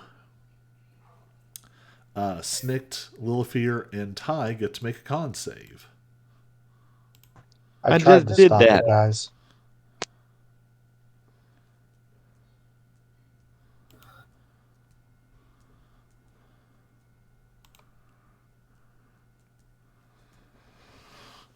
All right. Who got above a 14? Yes. Oh, I did. If you got above a 14, you take 12 points of damage. If you got below a 14, you take 23 points of damage. Wait, much damage was it for above a 14? 14. Oh, okay. Oh, I thought you said 12. Oh, sorry, 12. Yeah, it was 12 and 20. Yeah, 12 and 24. All right. At the end of that creature's turn, he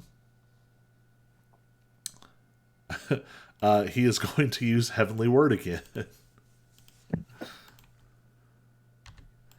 Everybody make another con. Well, I'll say, it's just Snicked and Lilifear make a con save.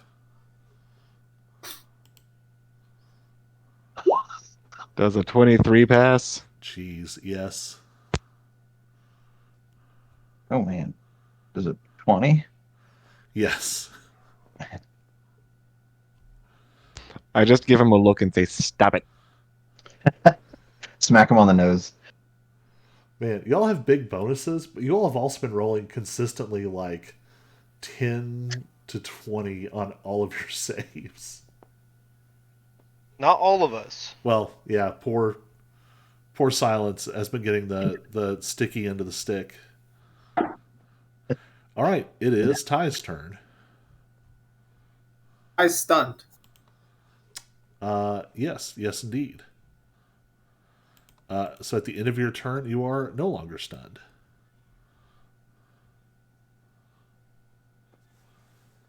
Oh, sorry. Now, at the end of the Heavenly Demon's next turn, you're no longer stunned. So you're still stunned. Make a con save for Annihilating Aura.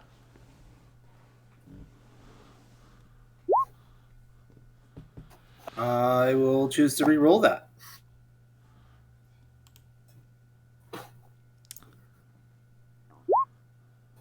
I did worse. All right. 24 points of necrotic damage. Jeez. All right. It is. Oh, you're stunned. It is at the end of Ty's turn. He's going to burn uh, his last legendary action, and is going to use Heavenly Word again. So Snicked and Lilifear get to make another con save. Is 15 good enough? 15 is not. I'm gonna use a key point and roll again. Eventually, we'll run out of key points. Add 10 to that. Jeez. How much key do y'all have left? I'm down to 11. I'm down to 12. 11. Don't forget, if you've got your pill, you can also eat it to get all of it back. Get a Jeez. lot of it. I always forget about the items we can use. It felt like you all didn't have enough key at lower levels, but this Right. starts to feel ridiculous. Yeah. It's those 3 extra, just those 3 extra you gave us. It really makes a big difference. Compared to your 17 points of key. Oh, goodness. All right. Then, Snicked, it is your turn. All right. First con save for the disintegrating stuff. That 23. succeeds.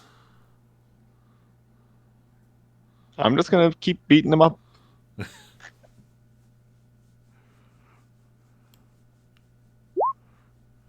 Well, that was rude. Yep, that's a miss. How about a 28? Does that hit? 28 hits. Here we go. 16 points of damage. All right. And key point to stunning strike.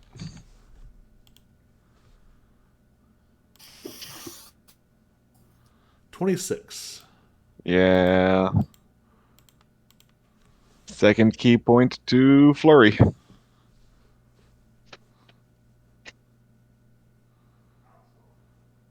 Rude. 12 is not going to hit. Nope. 15 is not going to hit. Nope. Waste of a key point. All right. And at the end of my turn, he's still grappled, so I crush him. 7 more points of bludgeoning damage. All right. Should the silence still be stunned? No, I thought we went over this.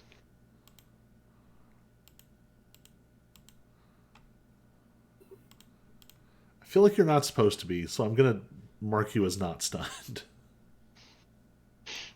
That'd be nice. All right. Be nice to do something again. It's your turn. What? I get to do something? Alright, time to be infinitely annoying right off the bat.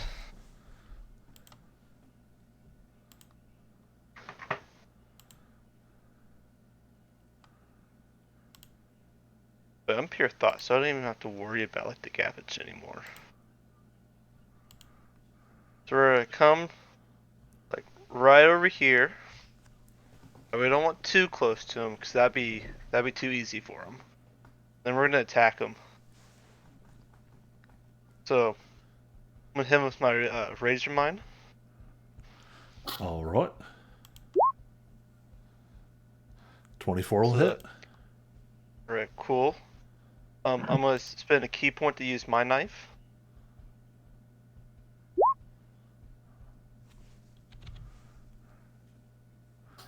All right. My knife is an intelligence save.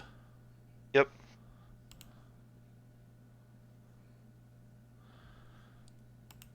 Oof. 16. Yes, he failed. It's a 19. Oh. And then I can spend another key point to read his thoughts. And then does it also stun him too as well? Oh, actually, my knife is a charmed effect. He is immune to charm. So he'll take the damage, but is not charmed.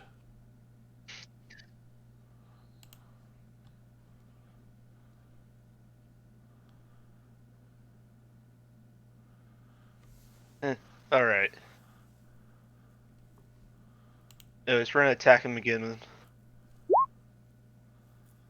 25 will hit.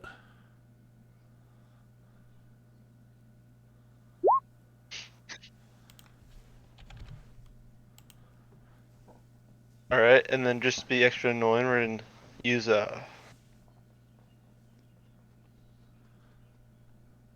know what, we'll spend one more key point and use flurry of blows as well.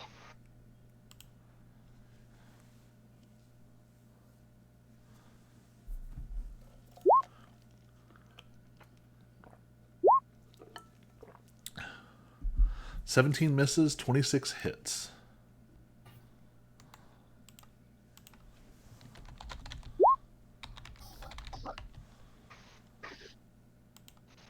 Alright, I'll end my turn there.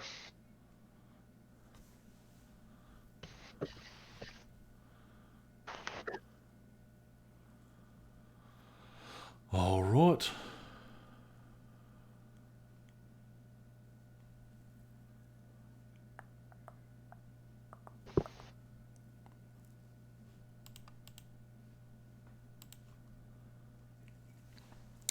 All right. It is initiative count 20. Show, roll 1d4.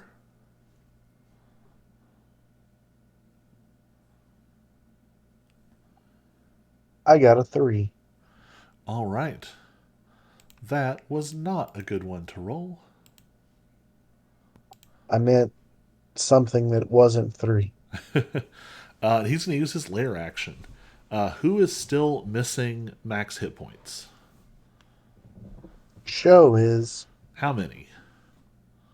41. All right. The White Heavenly Demon gets 41 temporary hit points, forming a new shield of white light around him. So we're gonna need you to kill this dragon a little faster so that it's no longer our problem. It is Show's turn.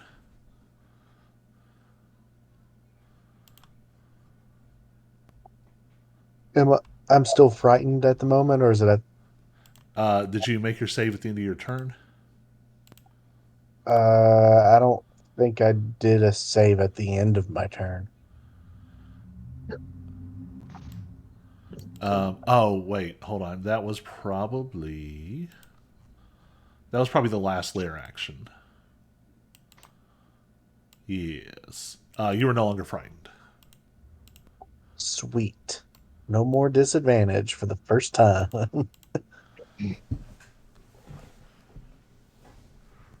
So with that being the case, I'm gonna whack at this dragon and hopefully maybe hit it for once. Get a son to eat.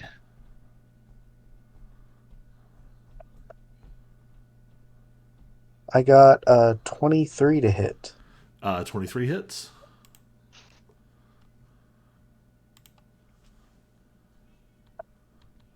for 9 damage.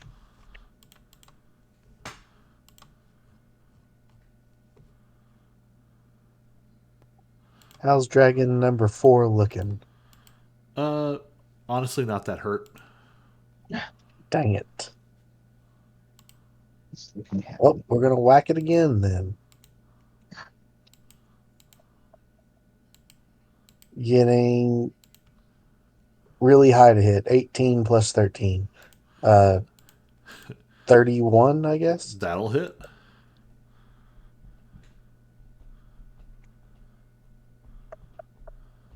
Getting 11 damage. All right. Then, yep, we're going to use a key point, and we're going to flurry of blows this guy.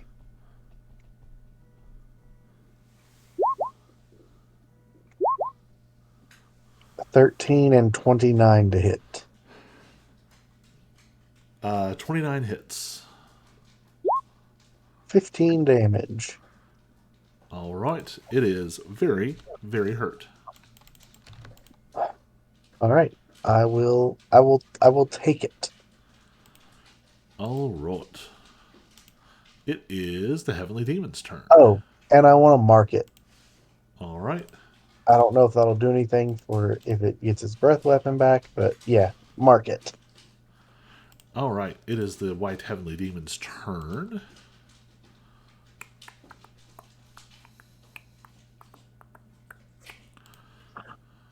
Man.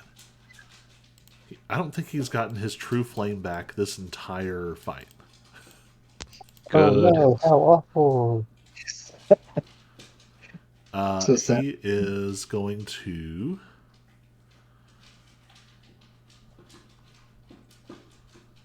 Heavenly Palm.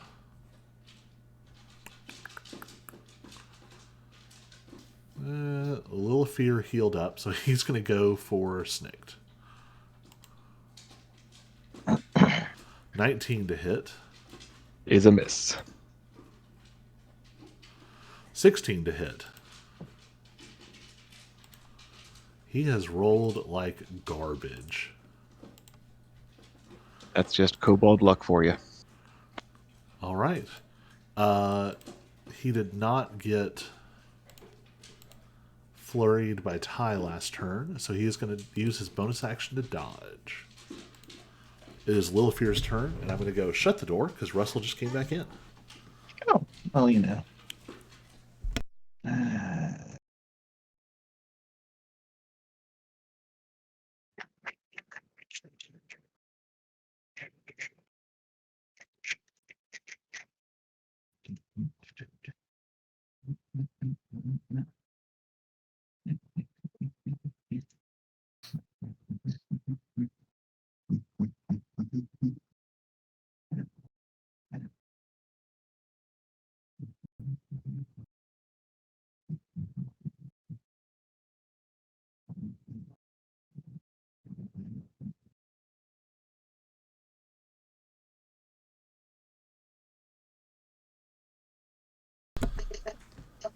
All right, Lilifear. okay. 17 is going to miss. Of course it is. Oh my gosh, what is going on here? 14 is going to miss. Can I still do an unarmed strike, or does it have to Yes, hit? you just have to make an attack. Oh, okay.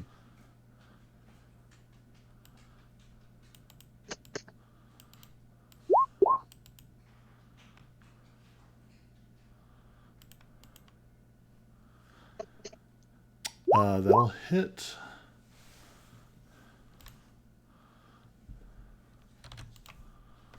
Attempt to flurry.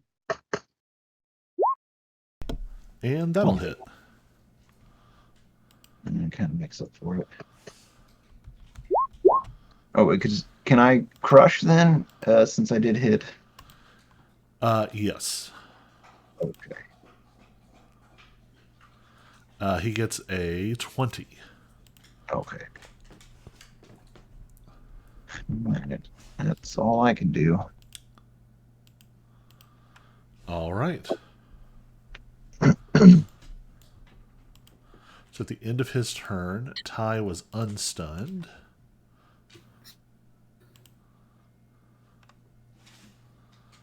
And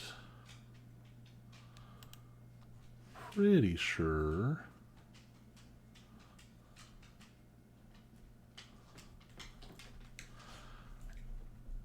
Ty should also be unfrightened. It's been like a full turn and a half now. Yep. Should get y'all in the habit of writing these things down when they happen. Really should. At the end of Lilifear's turn, he's going to use another heavenly word. Sho has put himself just far enough out, but everyone else gets to make a Constitution saving throw.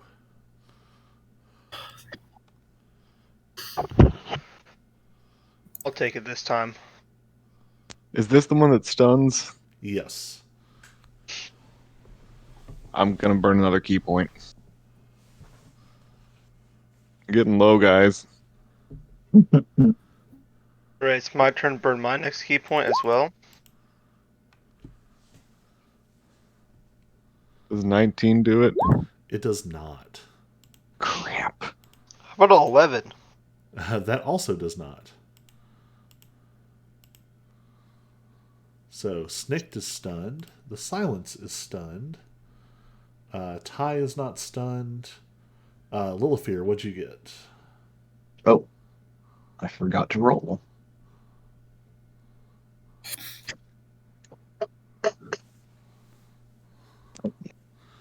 All right.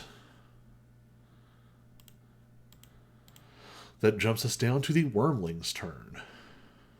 Oh, whoops. The new Wormling gets to go. Oh, there's another world. Flanksies. Although the new one is going to drop its breath weapon right in the middle again. So everyone except Sho gets to make a con save.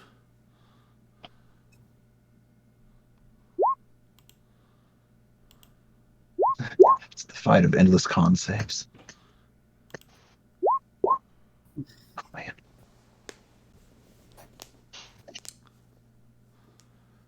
All right. If you got under 14, you take 20 points of damage. If you got 15 and up, you took 10 points of damage. The other Wormling did not get its breath back. It's just going to attack with advantage. 21 to hit, which does not hit Sho. Absurd. Thank goodness. I'm still at technically full health. And a 16, which does not hit.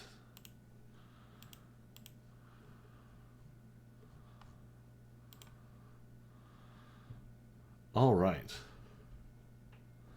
At the end of... Let's see. How many heavenly words has he heavenly worded? 2?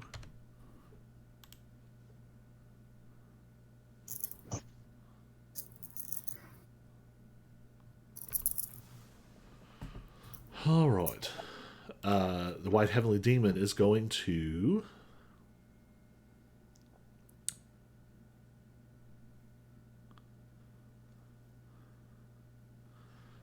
go for a harmonic touch on Lilifear. Of course. 26 to hit. Yep, that'll certainly do it. 14 points of necrotic and make a con save.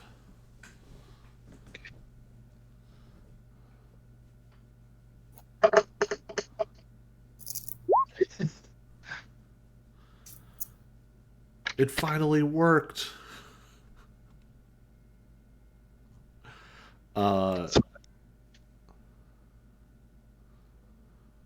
Lilifear is paralyzed.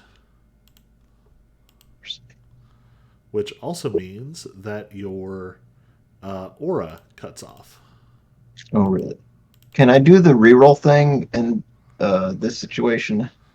Yes. I'm down to 8 key points, guys. And I wasted it. Never mind.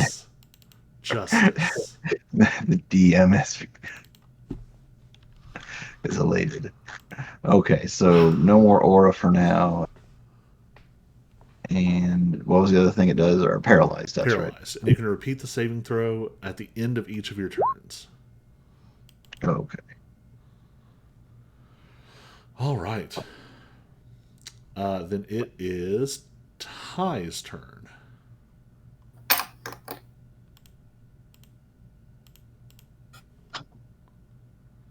Well, should we see if I die?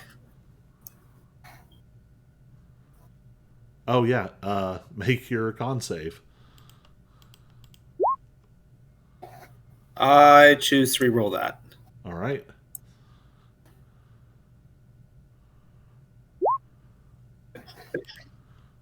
Oof, that is still a fail.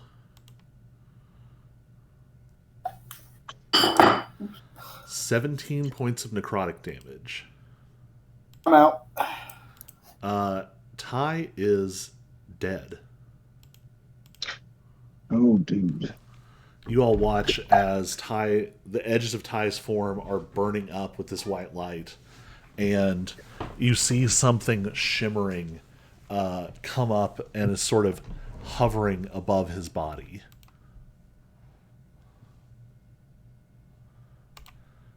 And it is Snick's turn. I do nothing. Oh, yep, stun.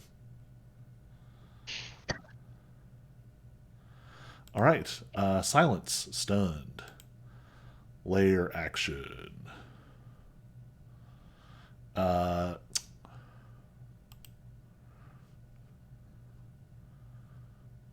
Who will be up and running next? He's going to use his. Going to use one of his lair actions. Snake gets to make a con save.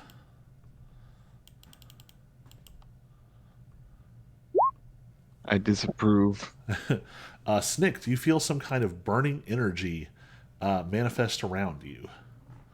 Which you will find out what that does on your next turn. I'm going to use a key point.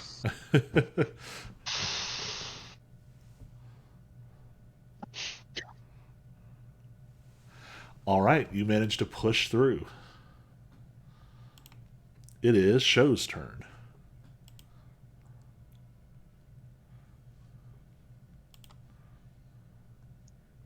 So, what I'm going to do is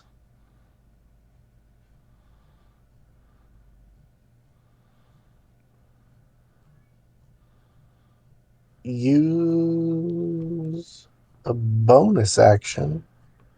Well, sorry, use a key point so that I can use a bonus action to disengage.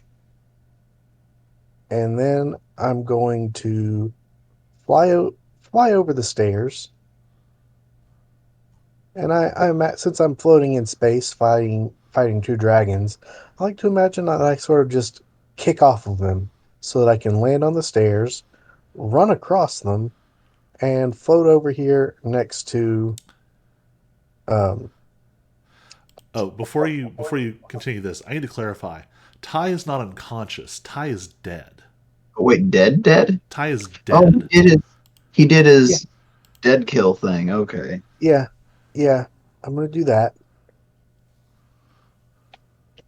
And then carry his body.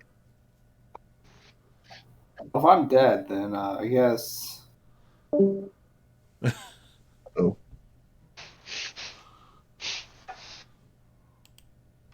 Bye, buddy.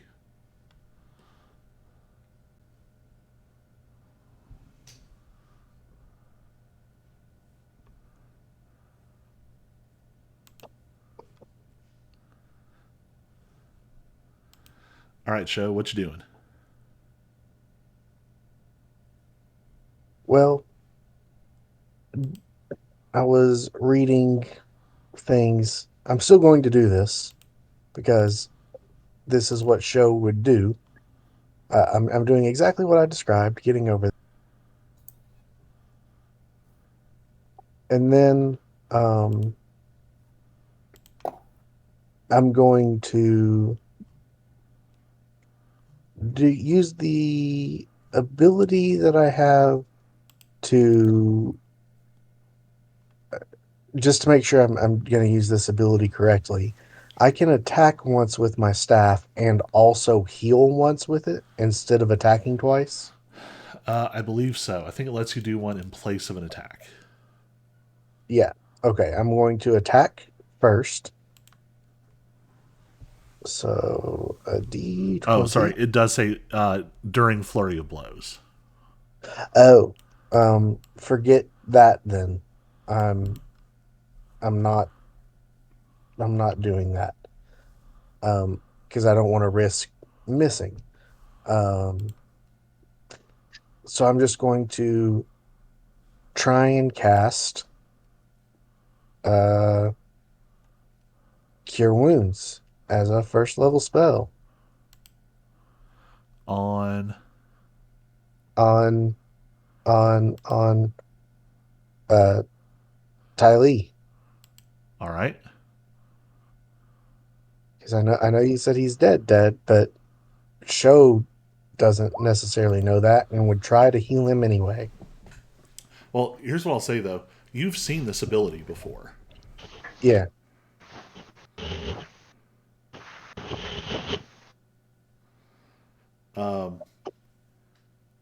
Cure Wounds does not work. There is no animating force in the body. The healing energy just sort of disperses and fizzles. Show does not care for this.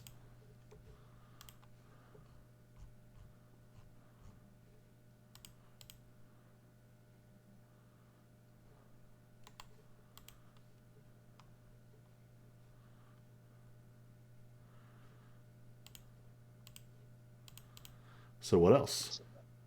Lesser Restoration wouldn't have changed that, right? Nope. Yeah. I was reading it and wanted to make sure.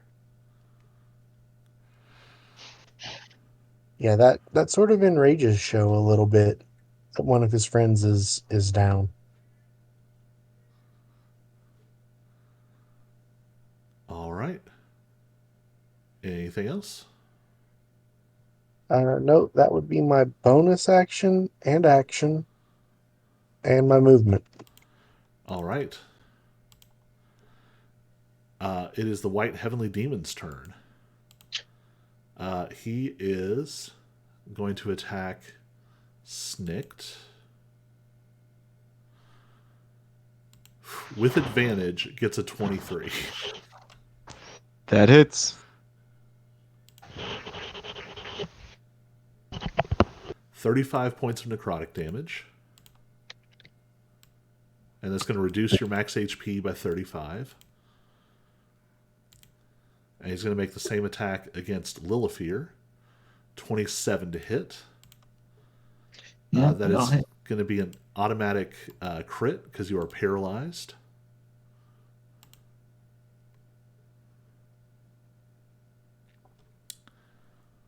Whew. 53 points of necrotic damage. Yeah, well, You are still sort of reeling from this radiant energy that just is burning through your body. And while you're distracted, he just sort of reaches up in the air, grabs you, and just. It's almost like he slams you into the ground that isn't there. It's like there's some sort of telekinetic landing spot that he makes for you and just crushes you into it with his palm. And let's see if he recharges. He does not recharge martial alacrity. It is Lilifear's turn. And you are under the effect of I was paralyzed. harmonic touch. So you get to make you get to make a con save at the start of your turn. Okay. This is to see if you take annihilating aura damage. Oof. Can I re-roll that with the key point thing? Yep.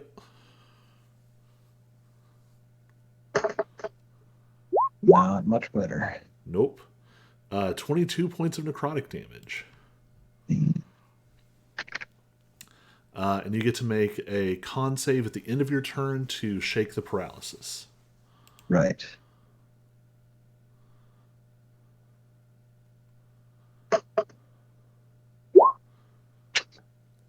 You are one short. Can I do a reroll for that one too? Yeah, as long as you keep burning key. Yep. Getting a little low. That is a success. You are no longer paralyzed. And at the end of the Heavenly Demon's turn, the stuns go away. But he does get his legendaries back.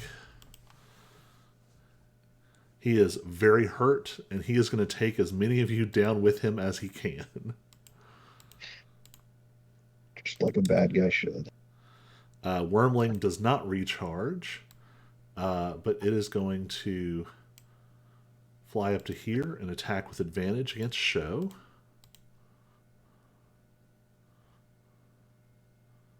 $19 to hit. 20 to hit. The other one is going to come over here and attack Lilifear. 20 to hit. Yep. 7 piercing and 2 radiant. Well, I'm down. And you are unconscious but not dead.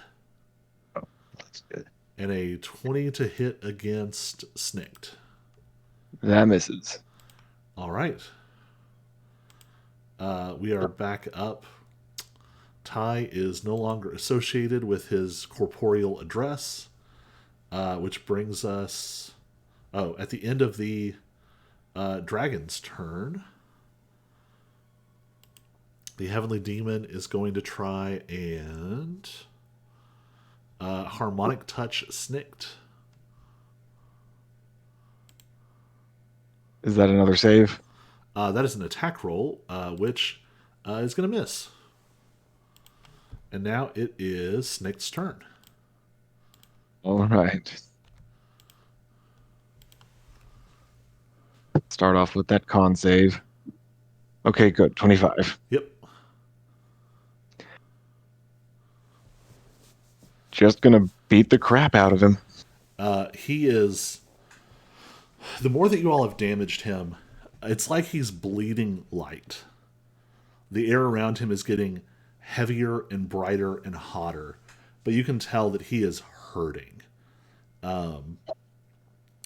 Actually, the more that you sort of slash and tear at him, the more it starts to look that it is less like a person and more like a suit of flesh and clothing draped over a being of light.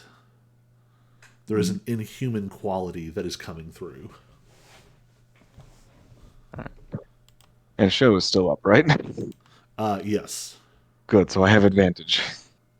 Yep. 27 to hit. 27 will hit. 14 points of damage.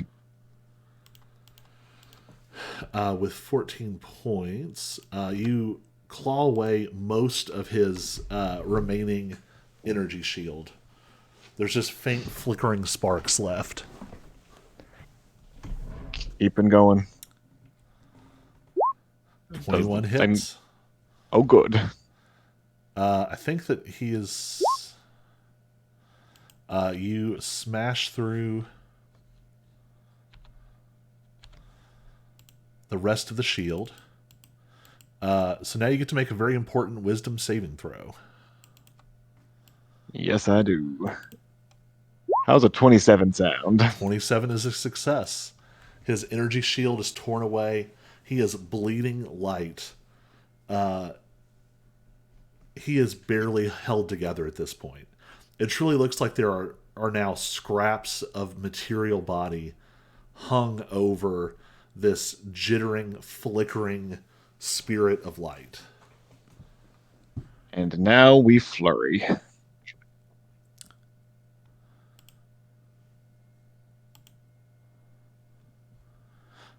20 is going to 30, 20. miss. All right. Second flurry attack. 27 hits. How do you want to finish him? In the most snicked way possible. After the punch goes wide, Snicked just continues to twirl around and almost seems to lose balance and catches himself on the heavenly demon, teeth first.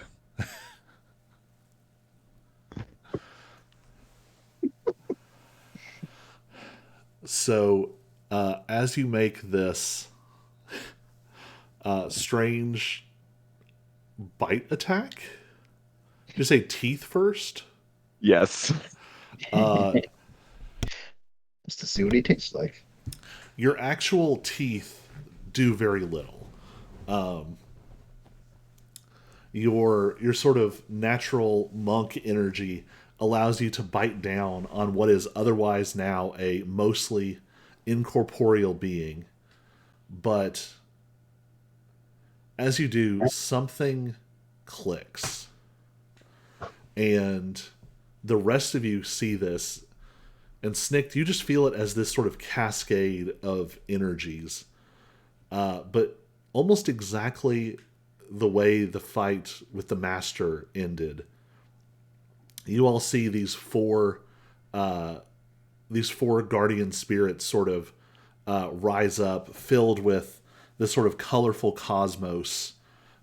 Tiger and phoenix and dragon and turtle. They all sort of swell up and out and crash over the heavenly demon, each one clawing away more of this light into tatters. But then behind it are all of these other styles. There is a bear. There is some kind of giant reptilian monster. What are the remaining styles? A serpent. Oh, let me pull up the spreadsheet that I made.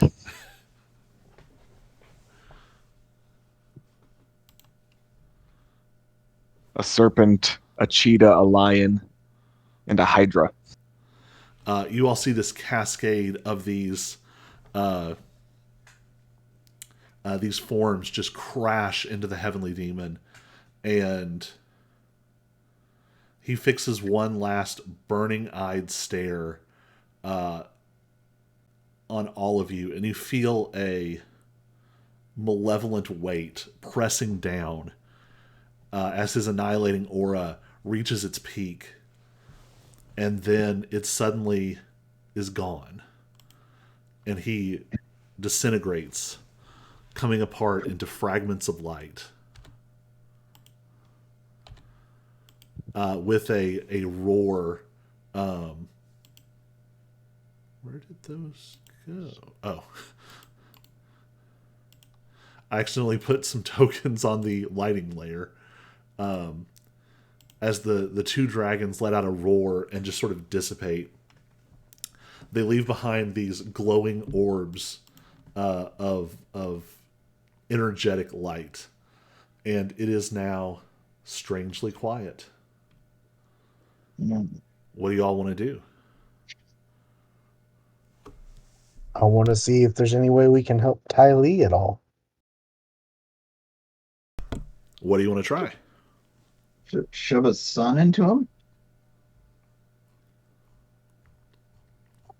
I'll try casting Cure Wounds on him again. Like, I don't know what else to do. I don't want my friend to die. As you desperately press more energy through your healing staff, you just feel that it's just dissipating with no effect. Lilifear, you're looking at this orb of golden energy. Do you want to try am I it? still dead? Or I mean, still down? Oh yeah, no. Lilifear is unconscious. Do Yeah, y'all I want can't to do help it. Lilifear first? Oh yeah. I would try that for sure. So All give right. him that 5. Yeah. So Lilifear does get up when you heal him, Okay. and your your eye is caught by this orb of energy. You know that when you touched it earlier, it was able to not just heal you, but somehow undo some of the annihilating power of the heavenly demon. So do you want to press one towards Ty? Yes. Try and give Ty one of the suns. You're able to sort of direct it over him without sort of breaking it and absorbing it. And as it passes over him, these sort of warm rays radiate down, and you see color run through his body, and this spirit that's been hovering over him sinks back in. And Ty, you are alive again. Nice. Well, that's a change. Hey, you killed him, buddy. I doubt that one. I was just kind of floating around in space for a little bit there. Yeah, I thought just hang it. All right, what do you all want to do? Take the heavenly demon's robes. All right. You can tell that there is some kind of significant energy to them, but you can't discern the exact properties from here. Then I tell everyone else, whatever he has, you guys can take, because I'm simply here to collect robes. And then I say we touch the portal. As you all walk up to the portal, as the hand of God pushes Snicked back. Whoops, nope. Sad day. That's not the person I wanted to grab. There we go. The form of the master appears. And the master looks different in this space. He is more like 10 feet tall here. And you get the impression that what you saw before was a sort of compression, a reduction.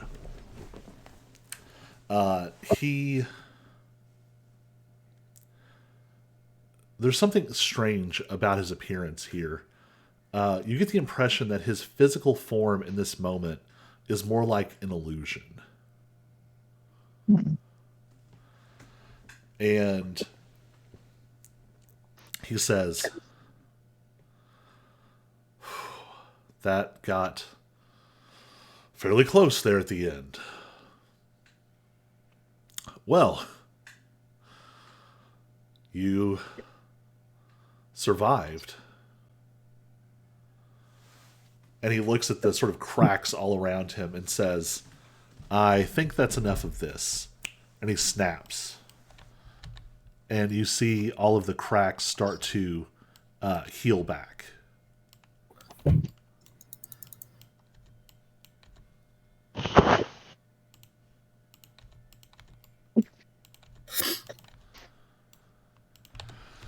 And as the cracks in space heal, the cracks in the barricade seem to heal as well.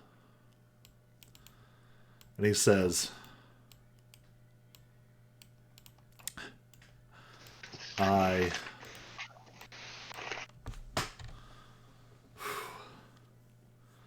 was a lot riding on this. But now you all have a choice.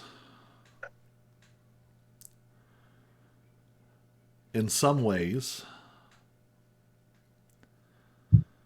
the heavenly demon wasn't wrong. What is out there is infinitely more than what you've known here, what you can possibly know in this world in which you have lived. But the road that was closed to him is open to you all. But it's only open now.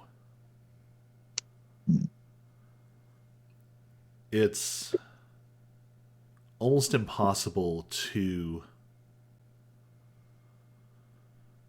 press yourself back into a world like this once you've left. I was only able to help you because these cracks, the heavenly demon has been pushing at these for centuries. And he finally created a crack large enough for me to slip through, one large enough for me to come and leave a special book with a little blue kobold. And then, decades later, to pull your all's butt out of the fire. But this is definitely a closing window. This gate is about to open. I'll go back,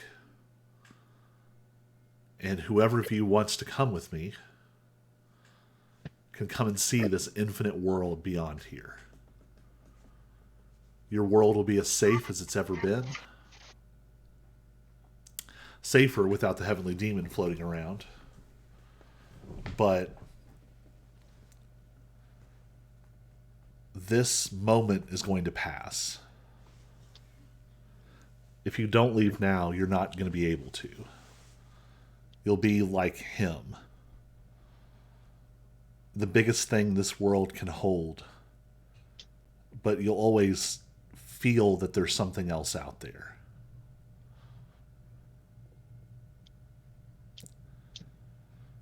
What are you all going to do?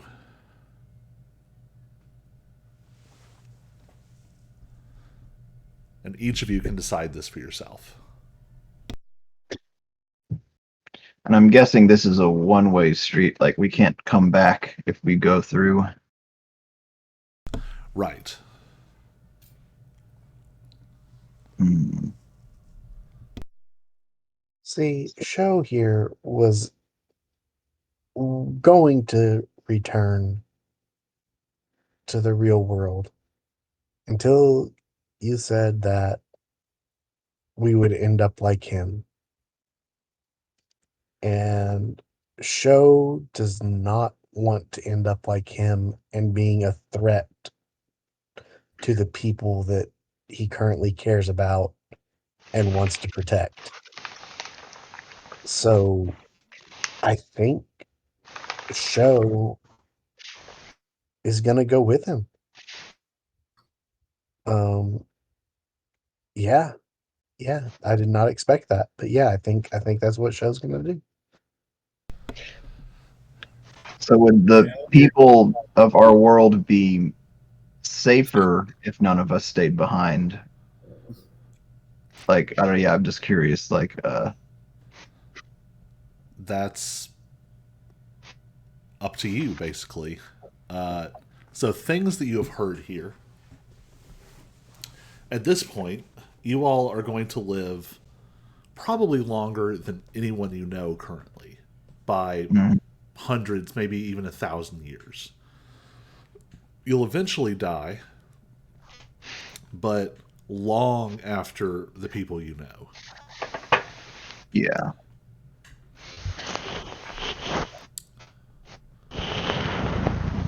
If you stay, you'll be the most powerful thing in the whole world. And we wouldn't have to end up like the heavenly demon in the sense of being power hungry or whatever. We could just stay behind as a protector, but might not be necessary. I mean, you could, but after millennia of Yeah. like, After a century or so. yeah, would you really stay that way? After 10 years, the biggest threats after underneath you would easily take care of. And then This what? is You sit true. around, do And nothing. literally, the people we've Or- already trained and left behind can probably take up whatever protection is needed. Well, and there is a In the grand tangible scheme of feeling. things. You know that if you stay, you're going to constantly be aware of the way in which that you could be growing and becoming stronger, and you're never This- going to be able to. Never know about It's it. going to be like an itch that's always there in the back of your head forever. Right. And for 1,000 years or more, that'd be a long time of having that itch. Yeah, no. I guess I'll see what's on the other side. Sure, why not? Well, so long for collecting all the robes. That's kind of useless now. I'll keep it Put with 'em in momentum from when I was yeah, little, from when I your was road young. collection from your baby world. I'll jump to that, or else we all stay. You stay real powerful, mess around for a couple 100 years, and then just all try to break free like the demon lord or Yeah, heavenly yeah. demon did, and just doom I the mean, world ourselves. if you actually want to be the next heavenly demon, I guess that could be the other option. Yeah. I mean, we can all technically stay and just be the next heavenly demons group, and then it'd be really hard for a group to stop us. But I prefer to just jump and still This stay the seems good guys.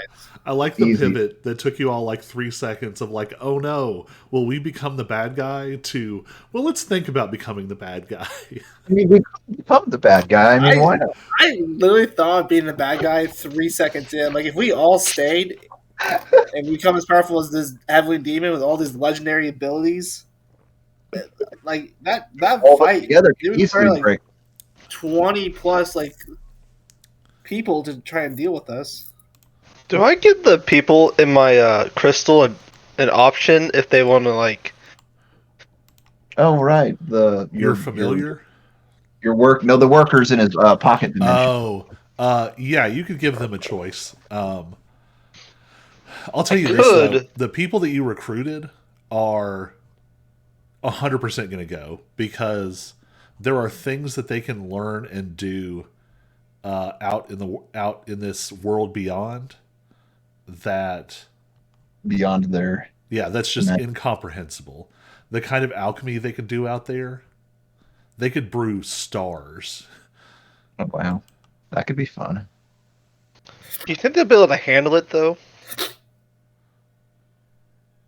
I mean, they're in your pocket dimension, so yeah. Yeah, pocket Yeah, dimension. but like They're be able technically to. already out there. They're like in a pocket dimension, so like they're not like feeling like the full force of everything going out here. So as long as they don't come out of the dimension, they'll be fine, right?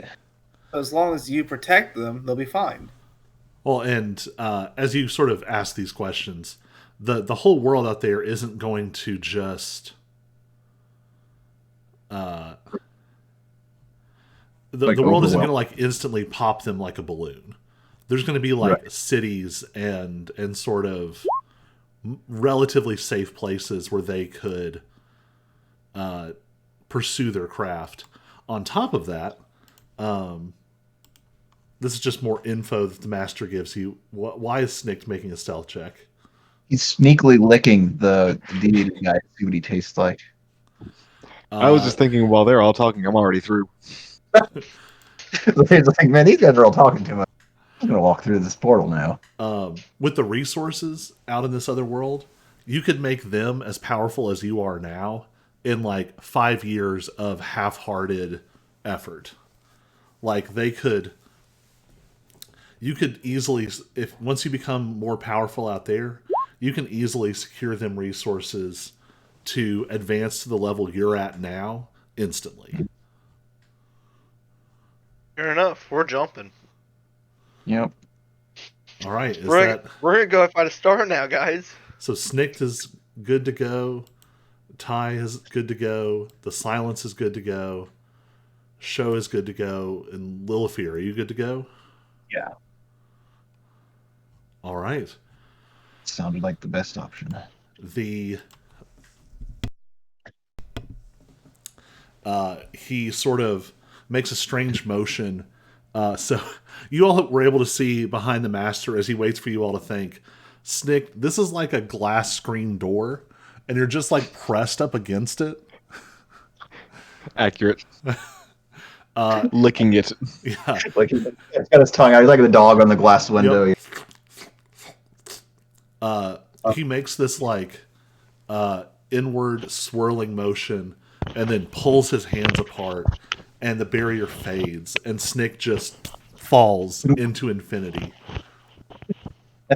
So And beyond. the master leads you all into this new world, Yes. and as sort of a thanks for the service you have offered, he sort of helps you to get started as you sort of get up to the power level of this world. What are your all's goals? Let's do this sort of one at a time. Who wants to go first?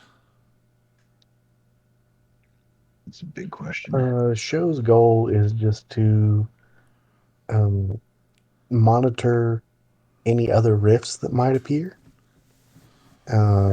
Sort of become a protector, kind of like this guy was, and also maybe discover why, like where I came from or why I became sentient. Yeah. Both of those goals are easily attainable. Now that you're sort of through and the master can sort of explain more about this world, he's able to tell you that he's part of a sort of loose order that does exactly this. They sort of help hold back folks who would press into these less developed worlds and stop them from taking advantage of the people there. So he sort of takes you on as something like an apprentice. And with his help, your power rapidly increases, and your understanding, your all of your study of this nexus of dimensions in the Day of 10,000 Fists arrives at a new level. What you only understood vaguely, you now understand fully, or as well as most folks.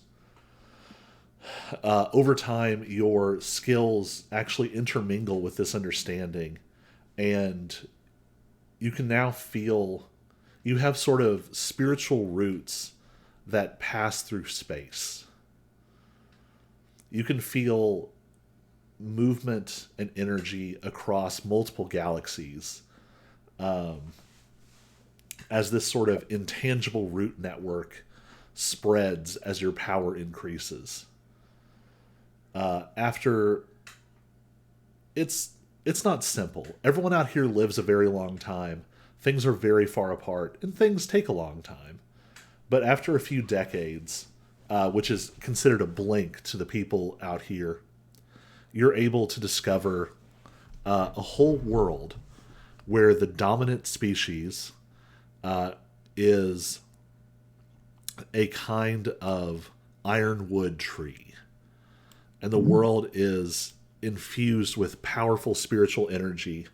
And over centuries, these trees ascend and eventually become sentient beings unto themselves.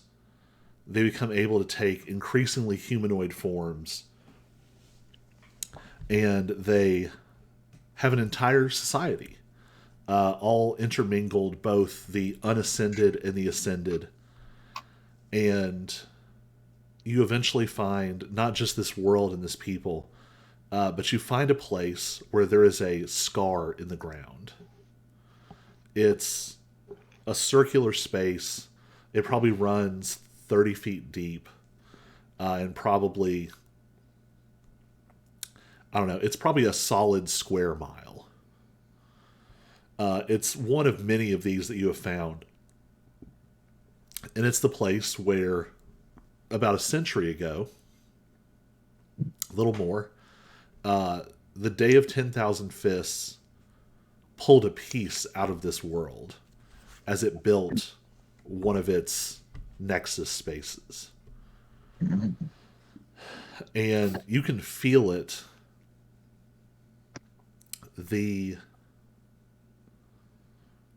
Something about the soil and the conditions here.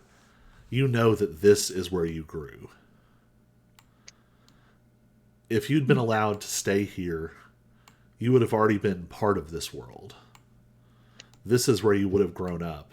You would have awakened into a world full of people like you. And just for fun, I'm going to send you a bunch of images I generated of tree warriors. All in sort of different levels of humanoid form. You see some that actually look a lot like you.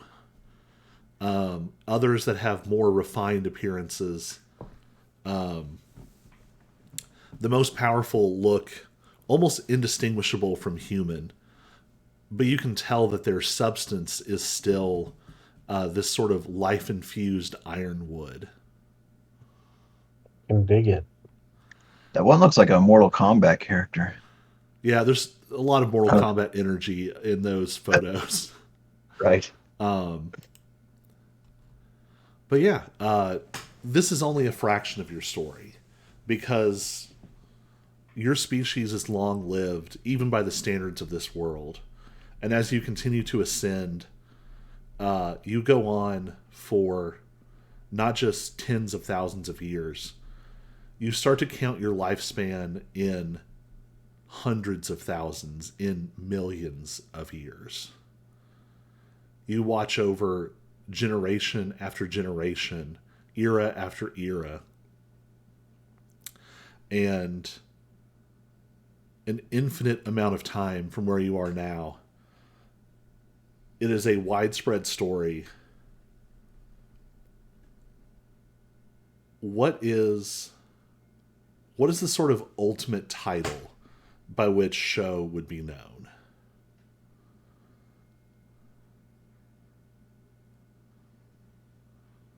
I don't know. I have not considered this at all.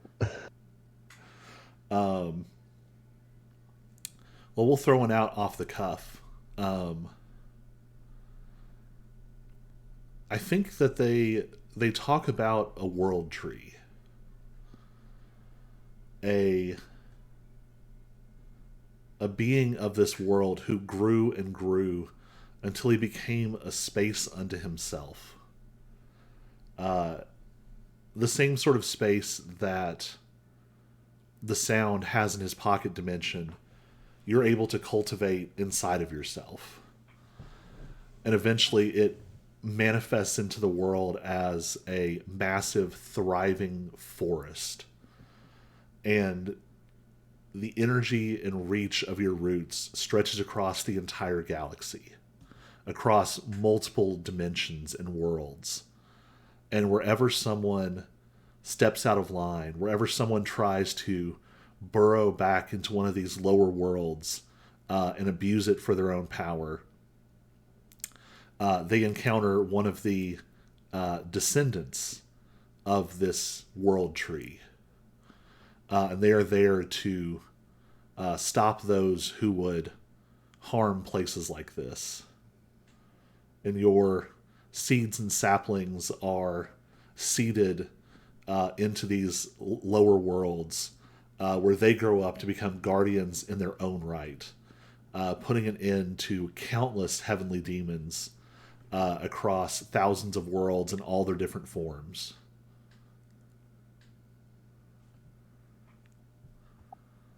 I like it. Who's next?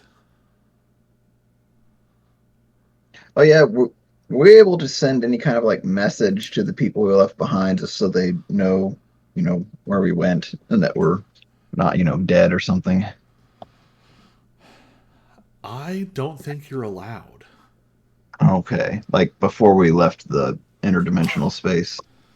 Uh, There was no way One to of the do things that. you noticed earlier is when you were talking to the master, he was limited in what he was able to tell you. Right. Just the knowledge of this upper world, this world beyond your world, is not something that's meant to be shared. It exists in folklore and legend, but to confirm it to people who remain is, you actually find that it is you are physically incapable of leaving behind some kind of note or message. Oh, okay, yeah, I wasn't meaning like saying like where we went, just like we're okay, don't worry about us or something. But admittedly, I guess once we got up to the higher echelons anyway, we were probably not seen very much by most of our people. So Okay. what are Lilithir's priorities in this new world? I was just gonna go explore, like, I don't know, see what there was to see. Kind of do an Incredible Hulk from the TV series type thing. Yep. Just Ending credits, Lilifear standing by the side of a intergalactic road, hitchhiking. Sad music yep. plays. Yeah, so you set out to wander. And one of the things you find that sort of amazes you is you discover that they're called somewhat different things, but you find that the Falling Stars School exists out here. That there are people who share in this tradition. And you slowly unravel that somehow that ancient that ancient meteor storm that deposited the intergalactic rocks that created the lakes that your whole sect was built around, that those somehow came from out here. And they seeded something of this cosmic knowledge to the ancestors of your style and your sect. And so as you travel, you find new guides, new teachers, new resources, and your power grows. You learn not just to negate gravity, but to wield it on an unthinkable level. You don't go out of your way to find fights, but those who challenge you, except for the very strongest, find themselves simply shunted away as gravity for miles around suddenly changes direction, flinging them at thousands of miles per hour into the distance. You learn to fold space, to dive into the depths of black holes, to burrow down and see the heart of stars. And you too sort of create this legend of this cosmic fairy, this this lord of gravity, this king of stars, wandering out forever and ever into the vast dark beyond. Hmm. Cool. Who's next?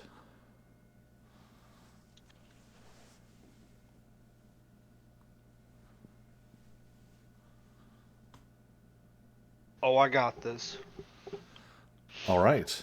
What is the silence's priority?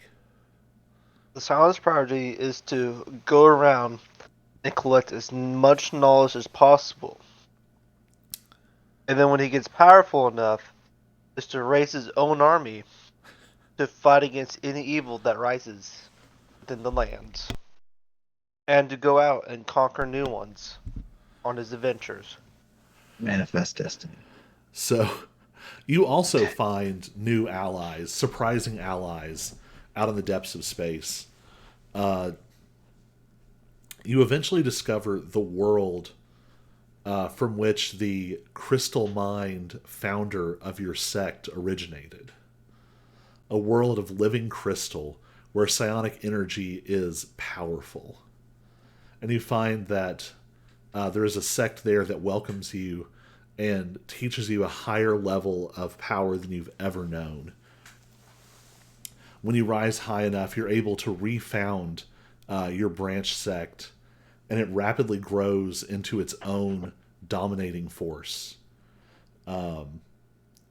You find yourself embroiled in a war that lasts for hundreds of thousands of years against Illithid, the sort of ancient enemies of these shard mind creatures, the same ones that haunted your memories and dreams that you absorbed from the founder.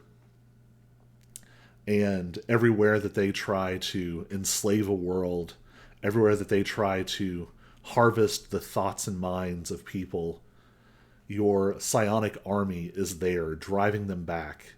And finally, you push them into an uneasy peace. Their plans of consumption and domination squashed. And by then, you are incredibly powerful. You can swap freely between your form of thoughts and your form of flesh. Over centuries and millennia, your alchemists learn the secrets of this world beyond and become able to create impossible concoctions, things that permanently change and empower people. Potions so powerful that they can bring someone back from a scrap of flesh or a drop of blood.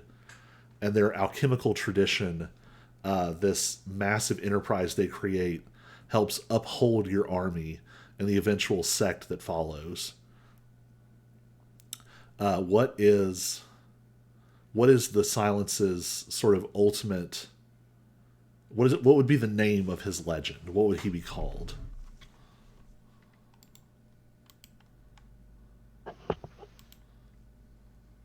Ooh.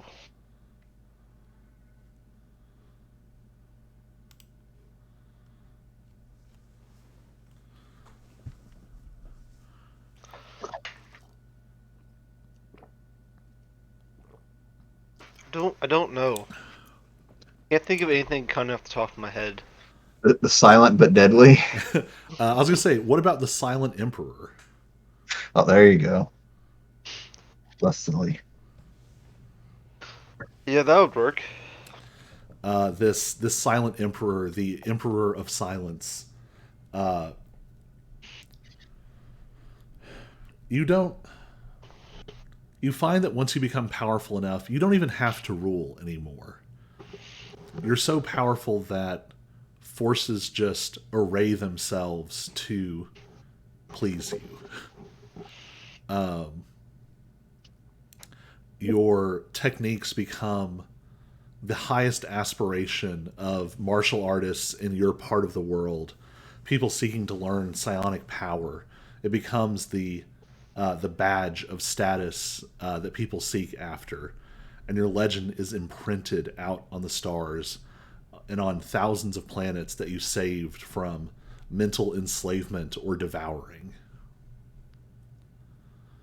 Who's next?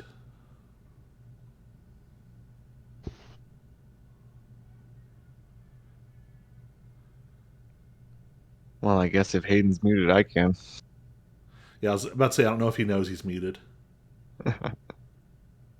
I just been chilling. Oh, cool. Chilling like a villain. I'll let Snake go. Alright. All right. I already know part of Snick's aspirations, but go ahead. Yes. Since day one, Snick has basically just been looking to have a good time. So now that we are here, there's only one thing left to do. And that is to ascend to godhood as an aspect of chaos. So I think that in the time it takes you all to sort of orient yourself on the other side of this gate, Snicked is already gone. Yeah. Already sort of called away by some interesting sight or sound or smell or story. And this is Snick's life. You have absorbed so much energy. You have transcended your kobold nature. And you become a legendary wanderer. A true... starting off as this constant wanderer. Eventually you become... What is Snick's the name of his ultimate legend? The ultimate legend. No, that was me. That was me thinking. Oh, It could, yeah.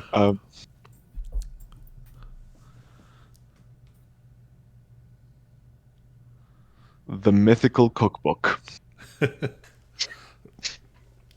So over thousands, tens of thousands, hundreds of thousands of years, the stories spread and grow of this strange little figure wandering from world to world, dimension to dimension. A true itinerant wanderer, never more than not that Snikt never has wealth, but that Snikt eventually considers the wealth and the shiny trinkets and the powerful items to all kind of be the same.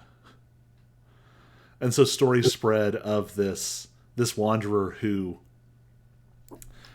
pays for a delicious meal with a sword forged in the heart of stars, who repays a ride in a wagon with the first technique of an ancient cosmic martial power that transforms someone's life.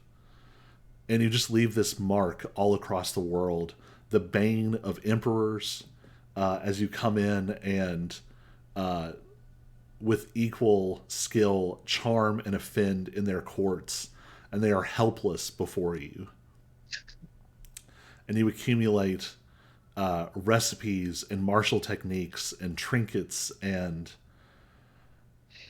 the story says that this person will wander forever, always out there, always a thorn in the side of order, especially oppressive order, and an unexpected ally to the unusual, the weak, the dispossessed. And thus Snikt passes into trickster god history of the cosmos. Ty, what do you do with all of the infinite worlds available to you?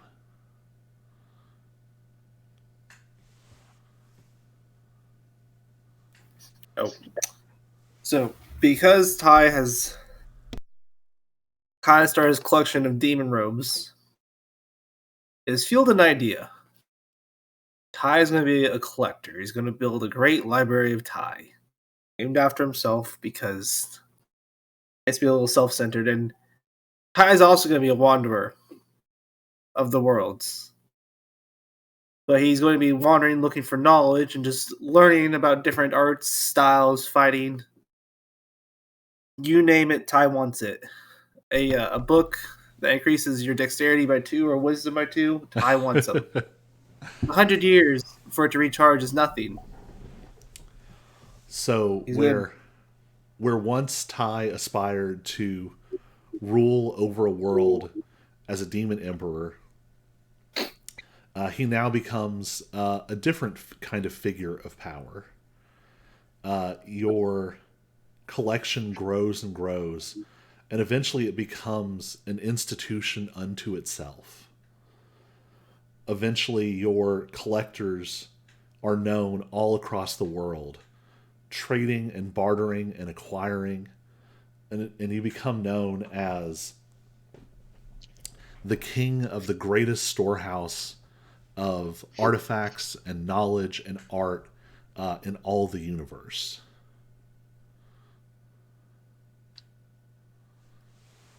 Until he finds an infinity stone.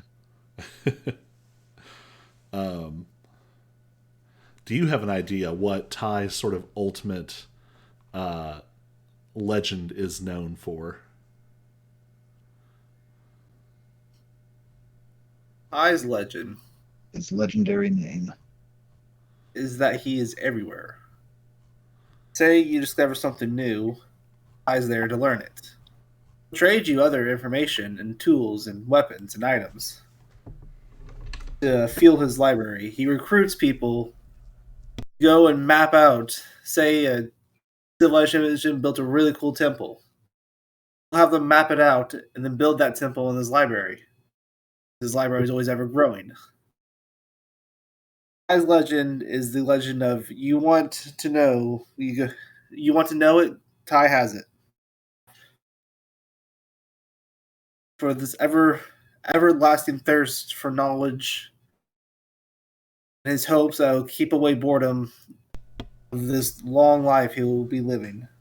Fight off fact that eventually you might achieve many great things and grow bored. Unless it comes to collecting knowledge from people. So I was going to build an enterprise and being the Inquisition of being the Walmart creators for his world. He's going to be the knowledge creator for his universe. It'll be the Walmart of knowledge.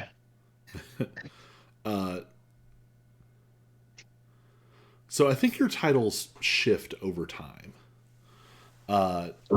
In some corners, you become known as the keeper of the infinite collection. In other corners, you become known as the multifarious emperor.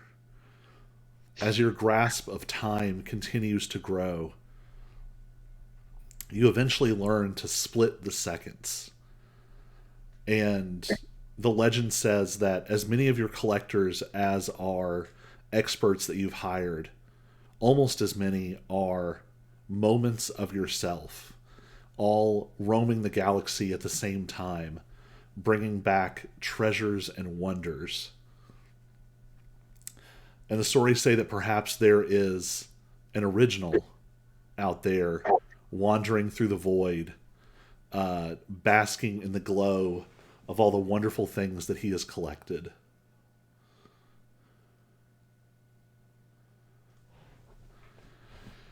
And as your legends stretch forever out into the cosmos,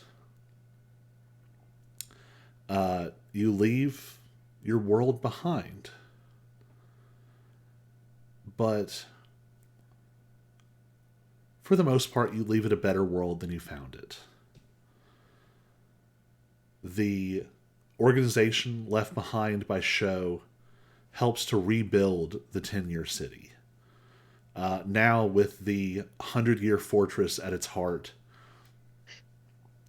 it opens for a healed Nexus, and a new round of the Day of 10,000 Fists begins. But now the entrants are trained and prepared. The Silence's branch continues to spread and grow, becoming a powerhouse in your world. Over time, the grasp of the Emperor weakens, and the world begins to change and grow into something new. You hear the story in bits and pieces as, over countless eons, just occasionally, someone from your world makes the same trek that you did and manages to ascend through the Nexus and into the world beyond. And your legends grow and echo and spread out forever into this great,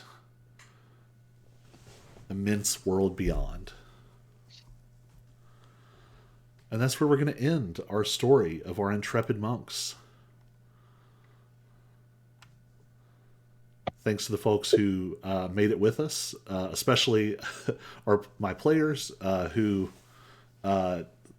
said, yeah, sure, I can do a 4-week mini campaign. And here we are 5 months later. So thank you guys. Thank you anyone who watched. All of the monks are available on DM's Guild.